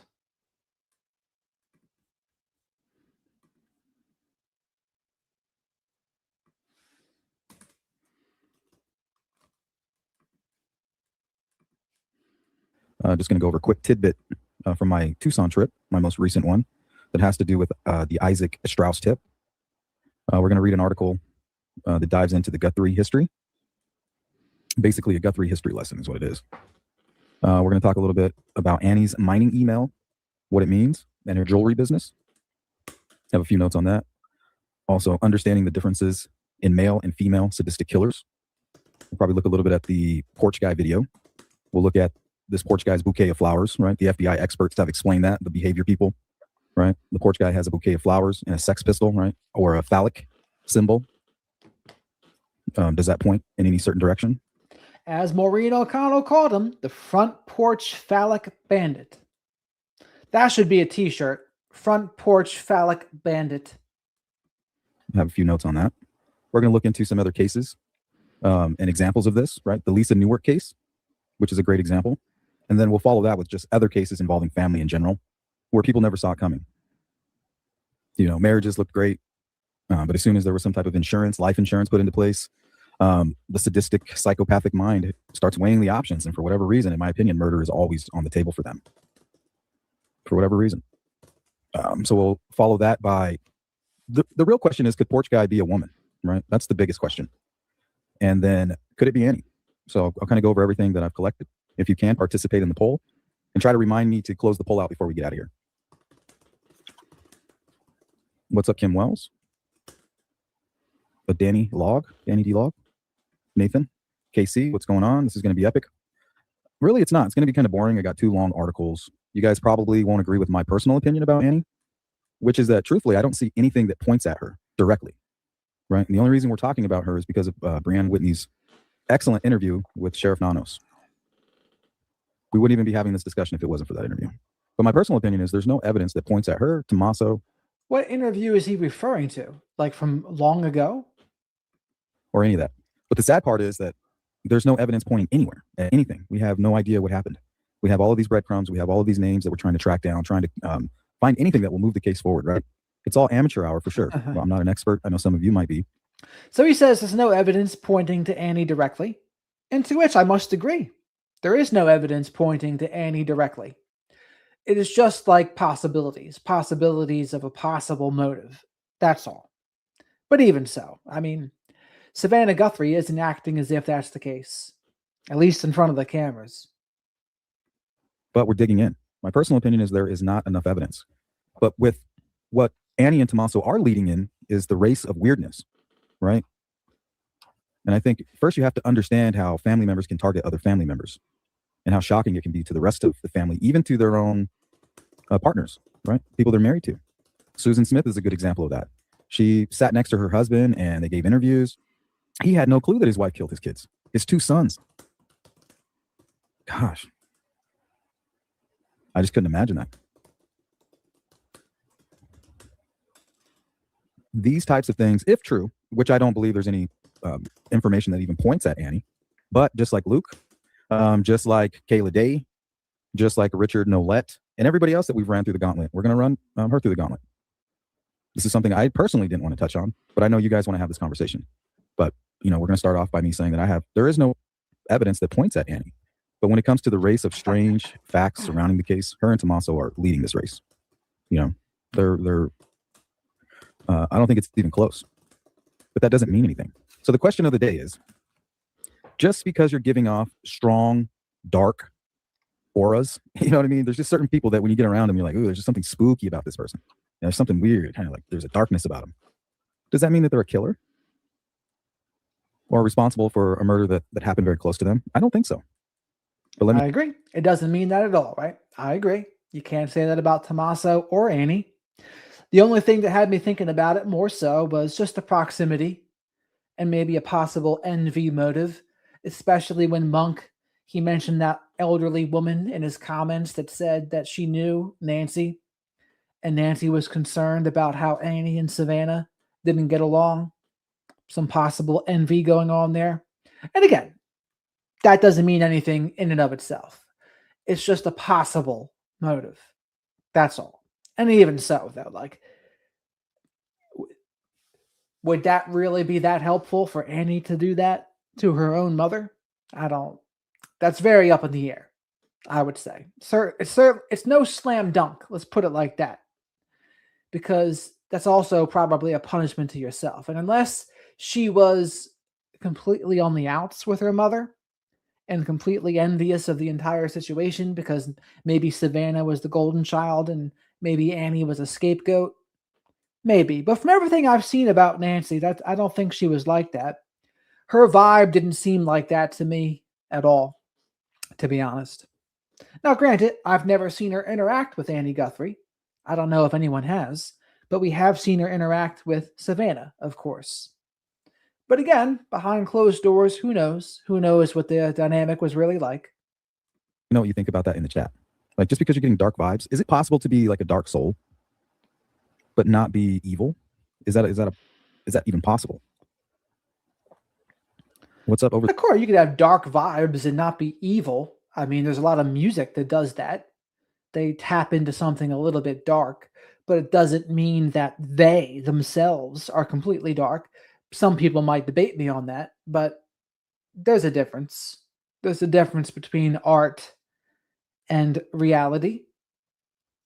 The Hill, Rockin', Wolf Moon, Ember, Sunflower. All right, let's go all the way down to the bottom of the chat and see what is cracking. Isabella Allen. And I never said there was proof that Savannah was a favorite child. I said it could have been a possibility. Thank you so much. Very generous. Remember, I don't want you guys to feel pressured to like donate and send cash apps and super chats. It's very appreciated. Everything. What there is evidence of is Nancy and Savannah getting along very well on TV. There is evidence of that. It goes back into the channel, but I don't want you guys to feel like pressured to do that.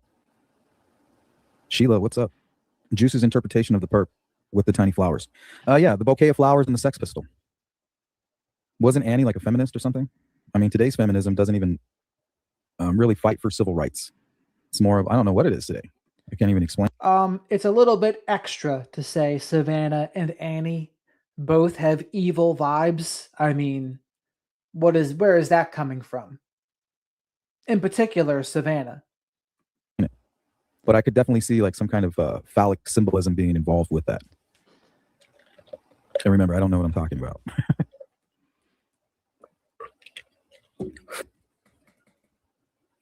Jari, it's good to see you. Black Targaryen. I honestly don't want this to be the case. Yeah, it's an awful thought. But leave no stones unturned. unturned Nancy Guthrie until Nancy Guthrie is found. Well, I said from the beginning of the case, if anybody that's that close to Nancy was involved, those are the people that will be busted, right? That's where the science will lead. That's where the forensics will lead, especially the digital forensics, right? Getting their hands on all these devices and looking at what they've been searching. What were they up to? That's going to tell a whole story about what was going on. Maybe interviewing people that were close to them. Some people, if they were involved, there's a good. There's no evidence that Nancy Guthrie was even in diapers and needed to be changed. I mean, she was living on her own. If she's in diapers and needs to be changed, she's probably not living on her own. My 96-year-old grandmother, who is actually 97 today, she isn't in that state, and that's 13 years older. Chance that somebody heard some rumors, maybe, and they would go and tip that into the FBI. Like, hey, yeah, I heard this about, Tommaso or blah, blah, blah, blah, blah. And then they'll follow up and starts to pile up. But we haven't seen anything that even points to anything like that. But there is a huge rumor going on right now that they've been cleared. They have not been cleared. And I'm going to show you exactly what I mean by that. And he's right by this because, as former DA Matt Murphy said, only a DA can clear someone, not Sheriff Nanos. So when he says the entire family's clear, you have to take that with a massive grain of salt.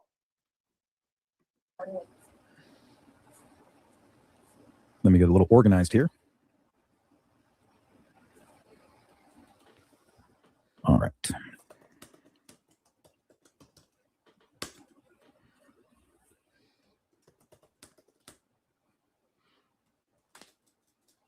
What's up, Scorpio Queen? Deborah, the porch person has nails and eyeliner. Yeah, from the very beginning, we said, hey, very feminine. Skinny arms. Kind of has those love handles, those middle-aged love handles you get. Layers. And also, there seems to be some cupping on the sleeves of the porch guy. And the best I could come up with to explain it is some kind of, like a woman's jacket with the padded cuffs. And then covering that with another jacket, like something cheap from Walmart.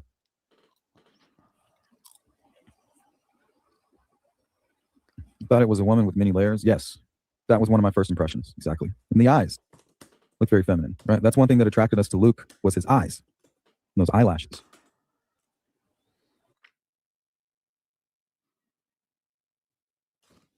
What the hell happened here? Brenda Walsh. Picture the Brady Bunch. Annie is Jan. Savannah is Marsha. Well, I do have. Let me close some of this down. And this is on 1.5 speed. And he seems just kind of normal on 1.5 speed. This is an interesting picture. And when you say that, this is what comes to mind.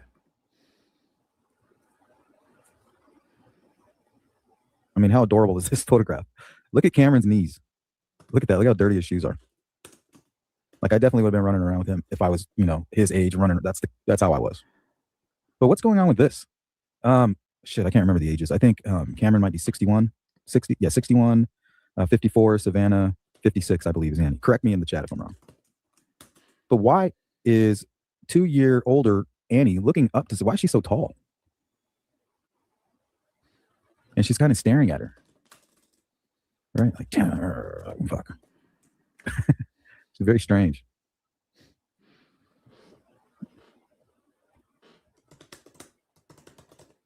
What's up, KC? NJ, what's going on? Martha Davis, Connie, Auntie Pasta. The porch person has nails and eyeliner. Annie involved, Patrick?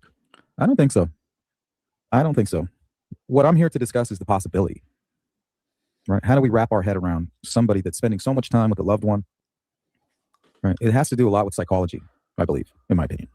And I'm not an expert on it, but that's how I feel. If you're somebody that can target somebody that you should have a loving and an undying admiration for, when would an idea like this come into your mind? It just wouldn't. It would only come into a mind of a sadistic type of person, a psychopath maybe. It's extremely sinister. Oh yeah, I'll just kill him. And then somehow you've justified it in your mind. And a lot of times what I've seen with these types of people, if, this is what we're looking at, is some type of family member, even possibly a female, and I don't see any information pointing at that, but we have nothing to go on anyway, right? So let's talk about what's leading in the weirdness category. Right now, that just happens to be this. What's up, Patriot Pride? Annie the porch gal.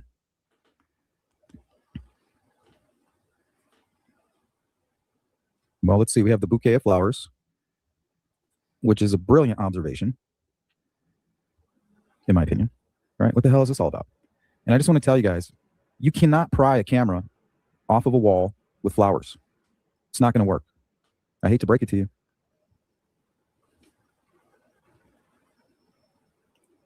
Did they try and come back? No. They covered it. Why? What are they covering? What's outside of that door? There was blood. Well, if I'm going to plant blood, I can't do it with the camera running. Now can I? Hello. That reminds me of Billy Crystal. Hello.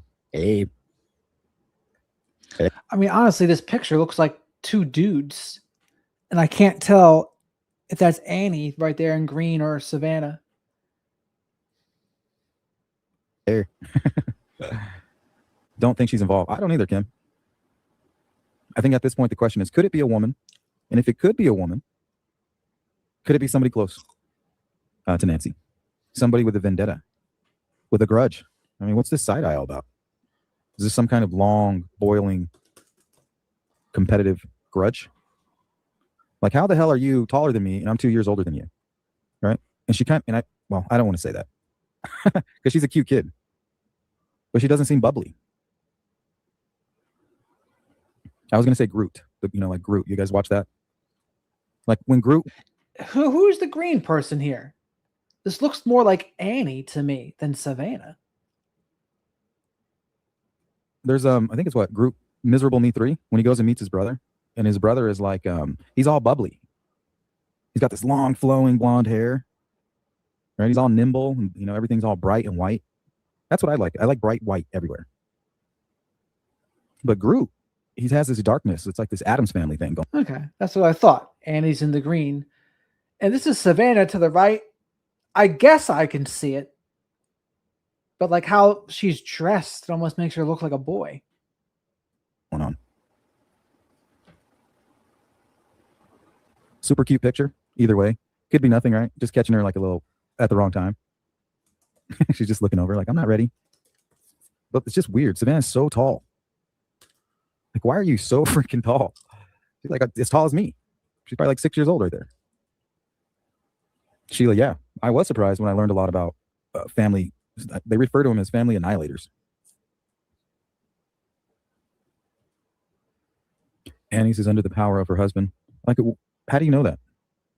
Just a weird thing to say. Sharon, what's up? Joan Recker says, Monks Intrigue. Shout out to Monks Intrigue. Says, porch guy never blinks. May have those eyelid stickers on to keep the lids up. I just don't see, somebody thinking about that. And I saw someone in the comment section of Monk's channel. They said, yeah, he did blink 3 times. Just walking up. And again, you have to understand, a lot of these channels, they're going to try to create a narrative.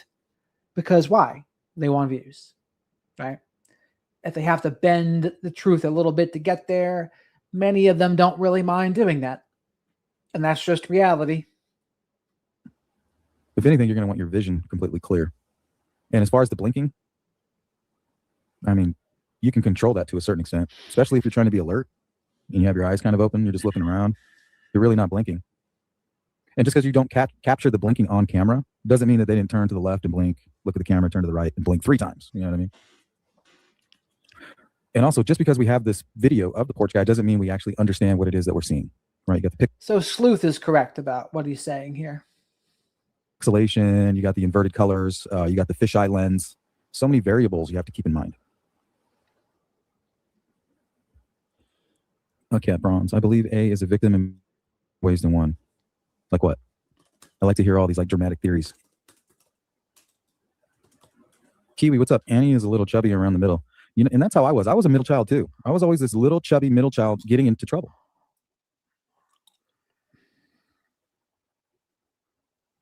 So I'm definitely relating with her on this one, right? Because you have the firstborn. He gets away with everything. He makes all the first mistakes, right? Learning on the job for the parents of the firstborn. Now the middle child, the secondborn, is overly punished. Everything is just overly done, over the top, right? And it ends up with the reverse effect. You over-adjusted by a long shot with the middle child. And then here comes the newborn, the youngest, who gets spoiled and gets the readjustment of the parenting right and dialed in just right. And then look at the success that that comes along with it. In some cases. Well, in this case, I'll say.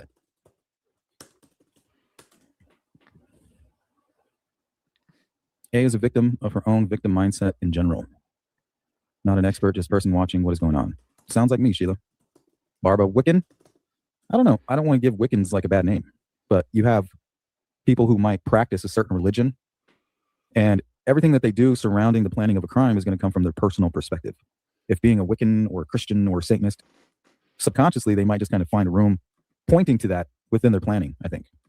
What is this, like the 70s? Is this the late 60s or 70s? Well, I should know this. So Savannah Guthrie, I think, is 52 or 54. I think she's 54. And 12 years ago, she had her first kid. So when she was 42. So if she's 54, subtract that from 2026, you get what? 26 and 54, 28. So born in 1972. So this is the 70s. Because it's just who they are. And I think that's what it is to try to find the killer, right? Reconstructing, reverse engineering the crime and finding out where it leads. What kind of a personality. And sometimes killers will try to stage a crime scene to make it seem like a different personality type. So it gets tricky. And that's where they lose a lot of people. Like, oh, that's far-fetched. Well, that's the whole point. They want you to believe that it's far-fetched so that you don't look at them. That's the whole point of staging a crime scene. And it works on a lot of people. This isn't 1971 because Savannah Guthrie is 54. Let's look at her age.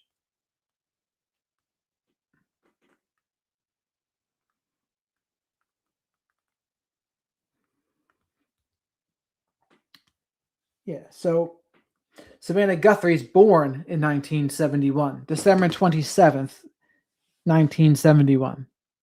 So in this picture, this is what? This is like, she's like what, 3 or 4 here? So this picture is in 1974, 75-ish. Can be effective.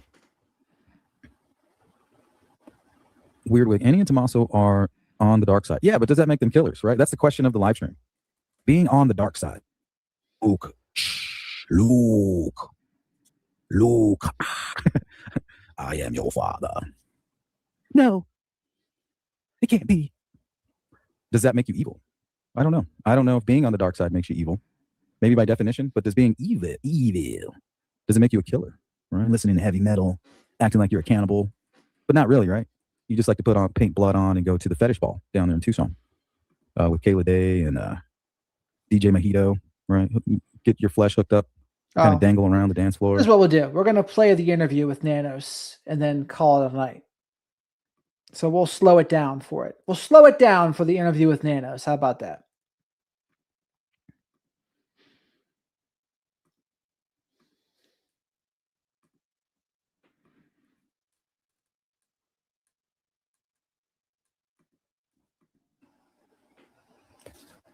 All right, let's get going. Of different questions within the case, starting with, have you been able to clear any of the Guthrie family members?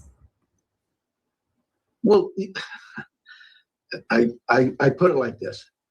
So just off the get, not a straight answer, right? Whenever someone's asked a yes or no question, and the first thing they do is say, let's put it like this, you're getting manipulated. Everybody, particularly the Guthrie family, but everybody has been very cooperative with us. We've done a number of interviews and investigations and taken DNA swabs from a number of different people. They've all cooperated with us. And we look at what their stories are and we go, okay, the real Rico case. Look at Brianna. She's so patient. She's thinking, you're not answering my question. You're not answering my question, and I can't wait to get it out of you. Perfect example. That young man, we got a search warrant, went search his house, and when he talked to us, we thought, okay, makes sense, and we left. But is he clear? Well, no, we don't know that. We don't think there was anything else to get from him at that time. But what if we end up, because all that evidence was taken and submitted for. All this is a BS answer. Well, all he had to say was, you know what? Only a DA can clear someone, and that's all I'm going to say about that. Like I'm Forrest Gump. That's what Shadow would have said if he was the sheriff. He would have said, only a DA can clear someone. Next question. DNA. What if that DNA at that search warrant scene shows that Nancy was there? It's not clear. So the family, I'm going to say this real careful. Rude. That's They so are under rude. tremendous pressure. And Is it me or was that rude of Nanos? that search warrant scene shows that Nancy was there. It's not clear. So the family, I'm going to say this real careful. They are under tremendous pressure and tremendous grief. And this is what I don't like is the sanctimonious stuff right here, right? I want sanctimonious from us. I don't want sanctimonious from the investigators who are supposed to be doing the job so that we don't have to worry about the family, right? That way we don't have to bring it up ever. But when you have this kind of shit right here, it does not confidence about that. And I think it's really irresponsible for anyone to start pointing fingers that way. They have been nothing but cooperative with us. But I think that's the whole thing with him, right? The way he communicates just does not give the aura of trust and effective leadership, right? The way he communicates is like he's a freaking politician, dancing around like a politician is asked a direct question and then the answer's word salad and some other nonsense. And granted, where they are, the sheriff is a political position. I mean, you can make a good argument that it shouldn't be, but it is where they are. Operative and cleared are two different things. Ooh. See, Phoenix's very own. Let's bring that back. That way. They have been nothing but cooperative with us. But I think cooperative and cleared are two different things. They have been nothing but cooperative with us. But I think cooperative and cleared but cooperative. Yes. Cooperative and cleared are two different things. With us. But I think cooperative and cleared are two different things. I know, but the evidence will take us there if that's the case. Right now, we are working close with that family. And most charitable interpretation you can give Nanos here is he's getting pressure from Savannah Guthrie to not make it seem like her family's involved. That's the most charitable interpretation. And that's charitable. Shadow says it's not likely. And I agree. And yeah, our hearts go out to them. So they are not cleared as of now. Nobody's cleared. Nobody's cleared. Okay. All right. That's the right answer, though. How about that? Nobody's cleared. Did you hear that? Our hearts go out to them. So they are not cleared as of now. Nobody's cleared. As of now. Nobody's cleared. Nobody's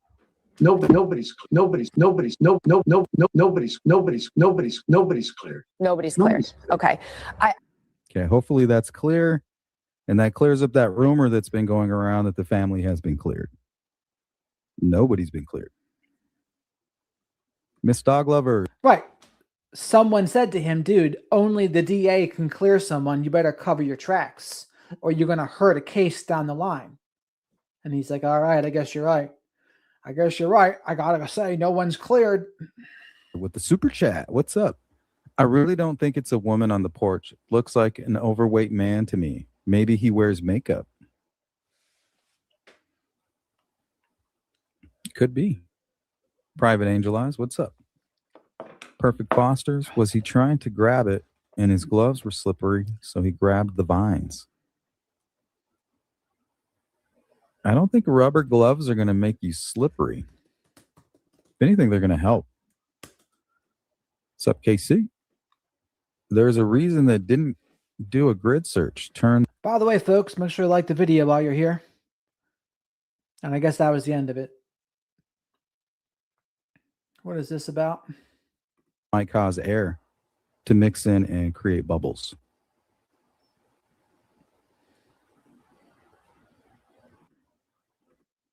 So we as the app, like the whole Hannibal Lecter.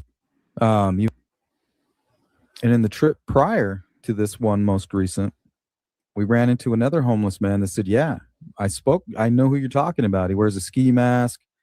He says he keeps to himself, and he lives about a mile down from that Walmart there." All right. That's about enough of that for now, because I'm getting tired. But so we got into like what? 31 minutes of that video-ish. We can come back to that at another point. But it's about time to wrap it up for now. Nice longer stream here. And while you're still here, please make sure to like the video. Astrology, welcome to the channel. I'm not sure if you're still here, but Shadow and I see you. Shadow and I see all. We are like the eyes of Sauron in Middle Earth. We see all. Astrology for Success says family who is aware that Nanos keeps her door, or Nancy keeps her doors open, has no life button, and paid security alarm in her house needs to be blamed before sheriff. So family who is aware, well, maybe. Again, how many people think this is going to happen to their 84-year-old mother?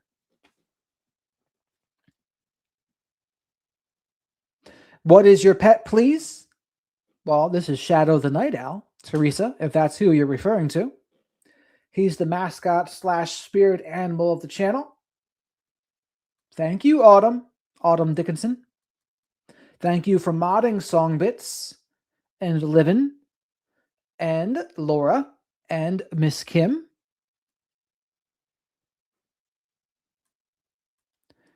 What time is it where you are, Snoop? Where I am, it's 2:03 a.m.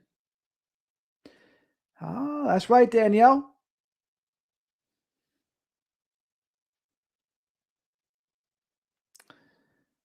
That's right, Teresa. Teresa 00 or 015, I should say.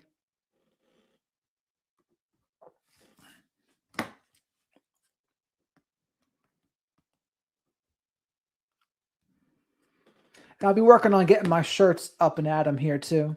Some other shirts around. Yep, that's what time it is where I am, Miss Riley. Blue, you have a great night. Blue and Nanny and Dee and Rooster and Wendy. Wendy, you're green. Your name's not green. Jackie, the creatures don't bite is right, Jackie. You know it. Thank you, Chatty Cathy. Always a pleasure to have you all here. Shadow and I wouldn't be here without you, of course. Autumn Elizabeth, you have a great night as well. Kev, Mike, CBS, Kathy. Hadn't seen Kathy here before. Pac-Man, you must be in Europe for it to be 10:04 a.m. Eastern Europe, or maybe Russia. Melissa, you have a great night too. Same with you, Snoop and Gloria.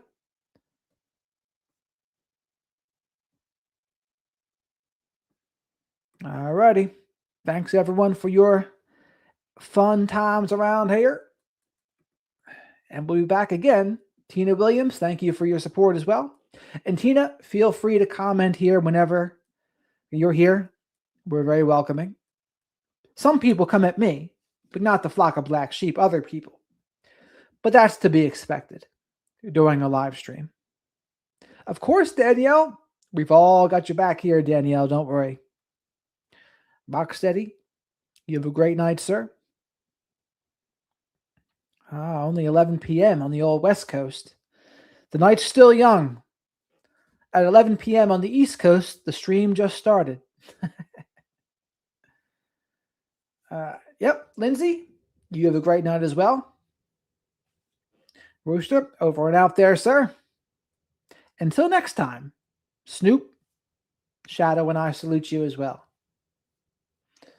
So, as they say, you don't have to go home, but you can't stay in the live chat. You can stay on the channel, though. How about that? So, all right, guys, have a great night.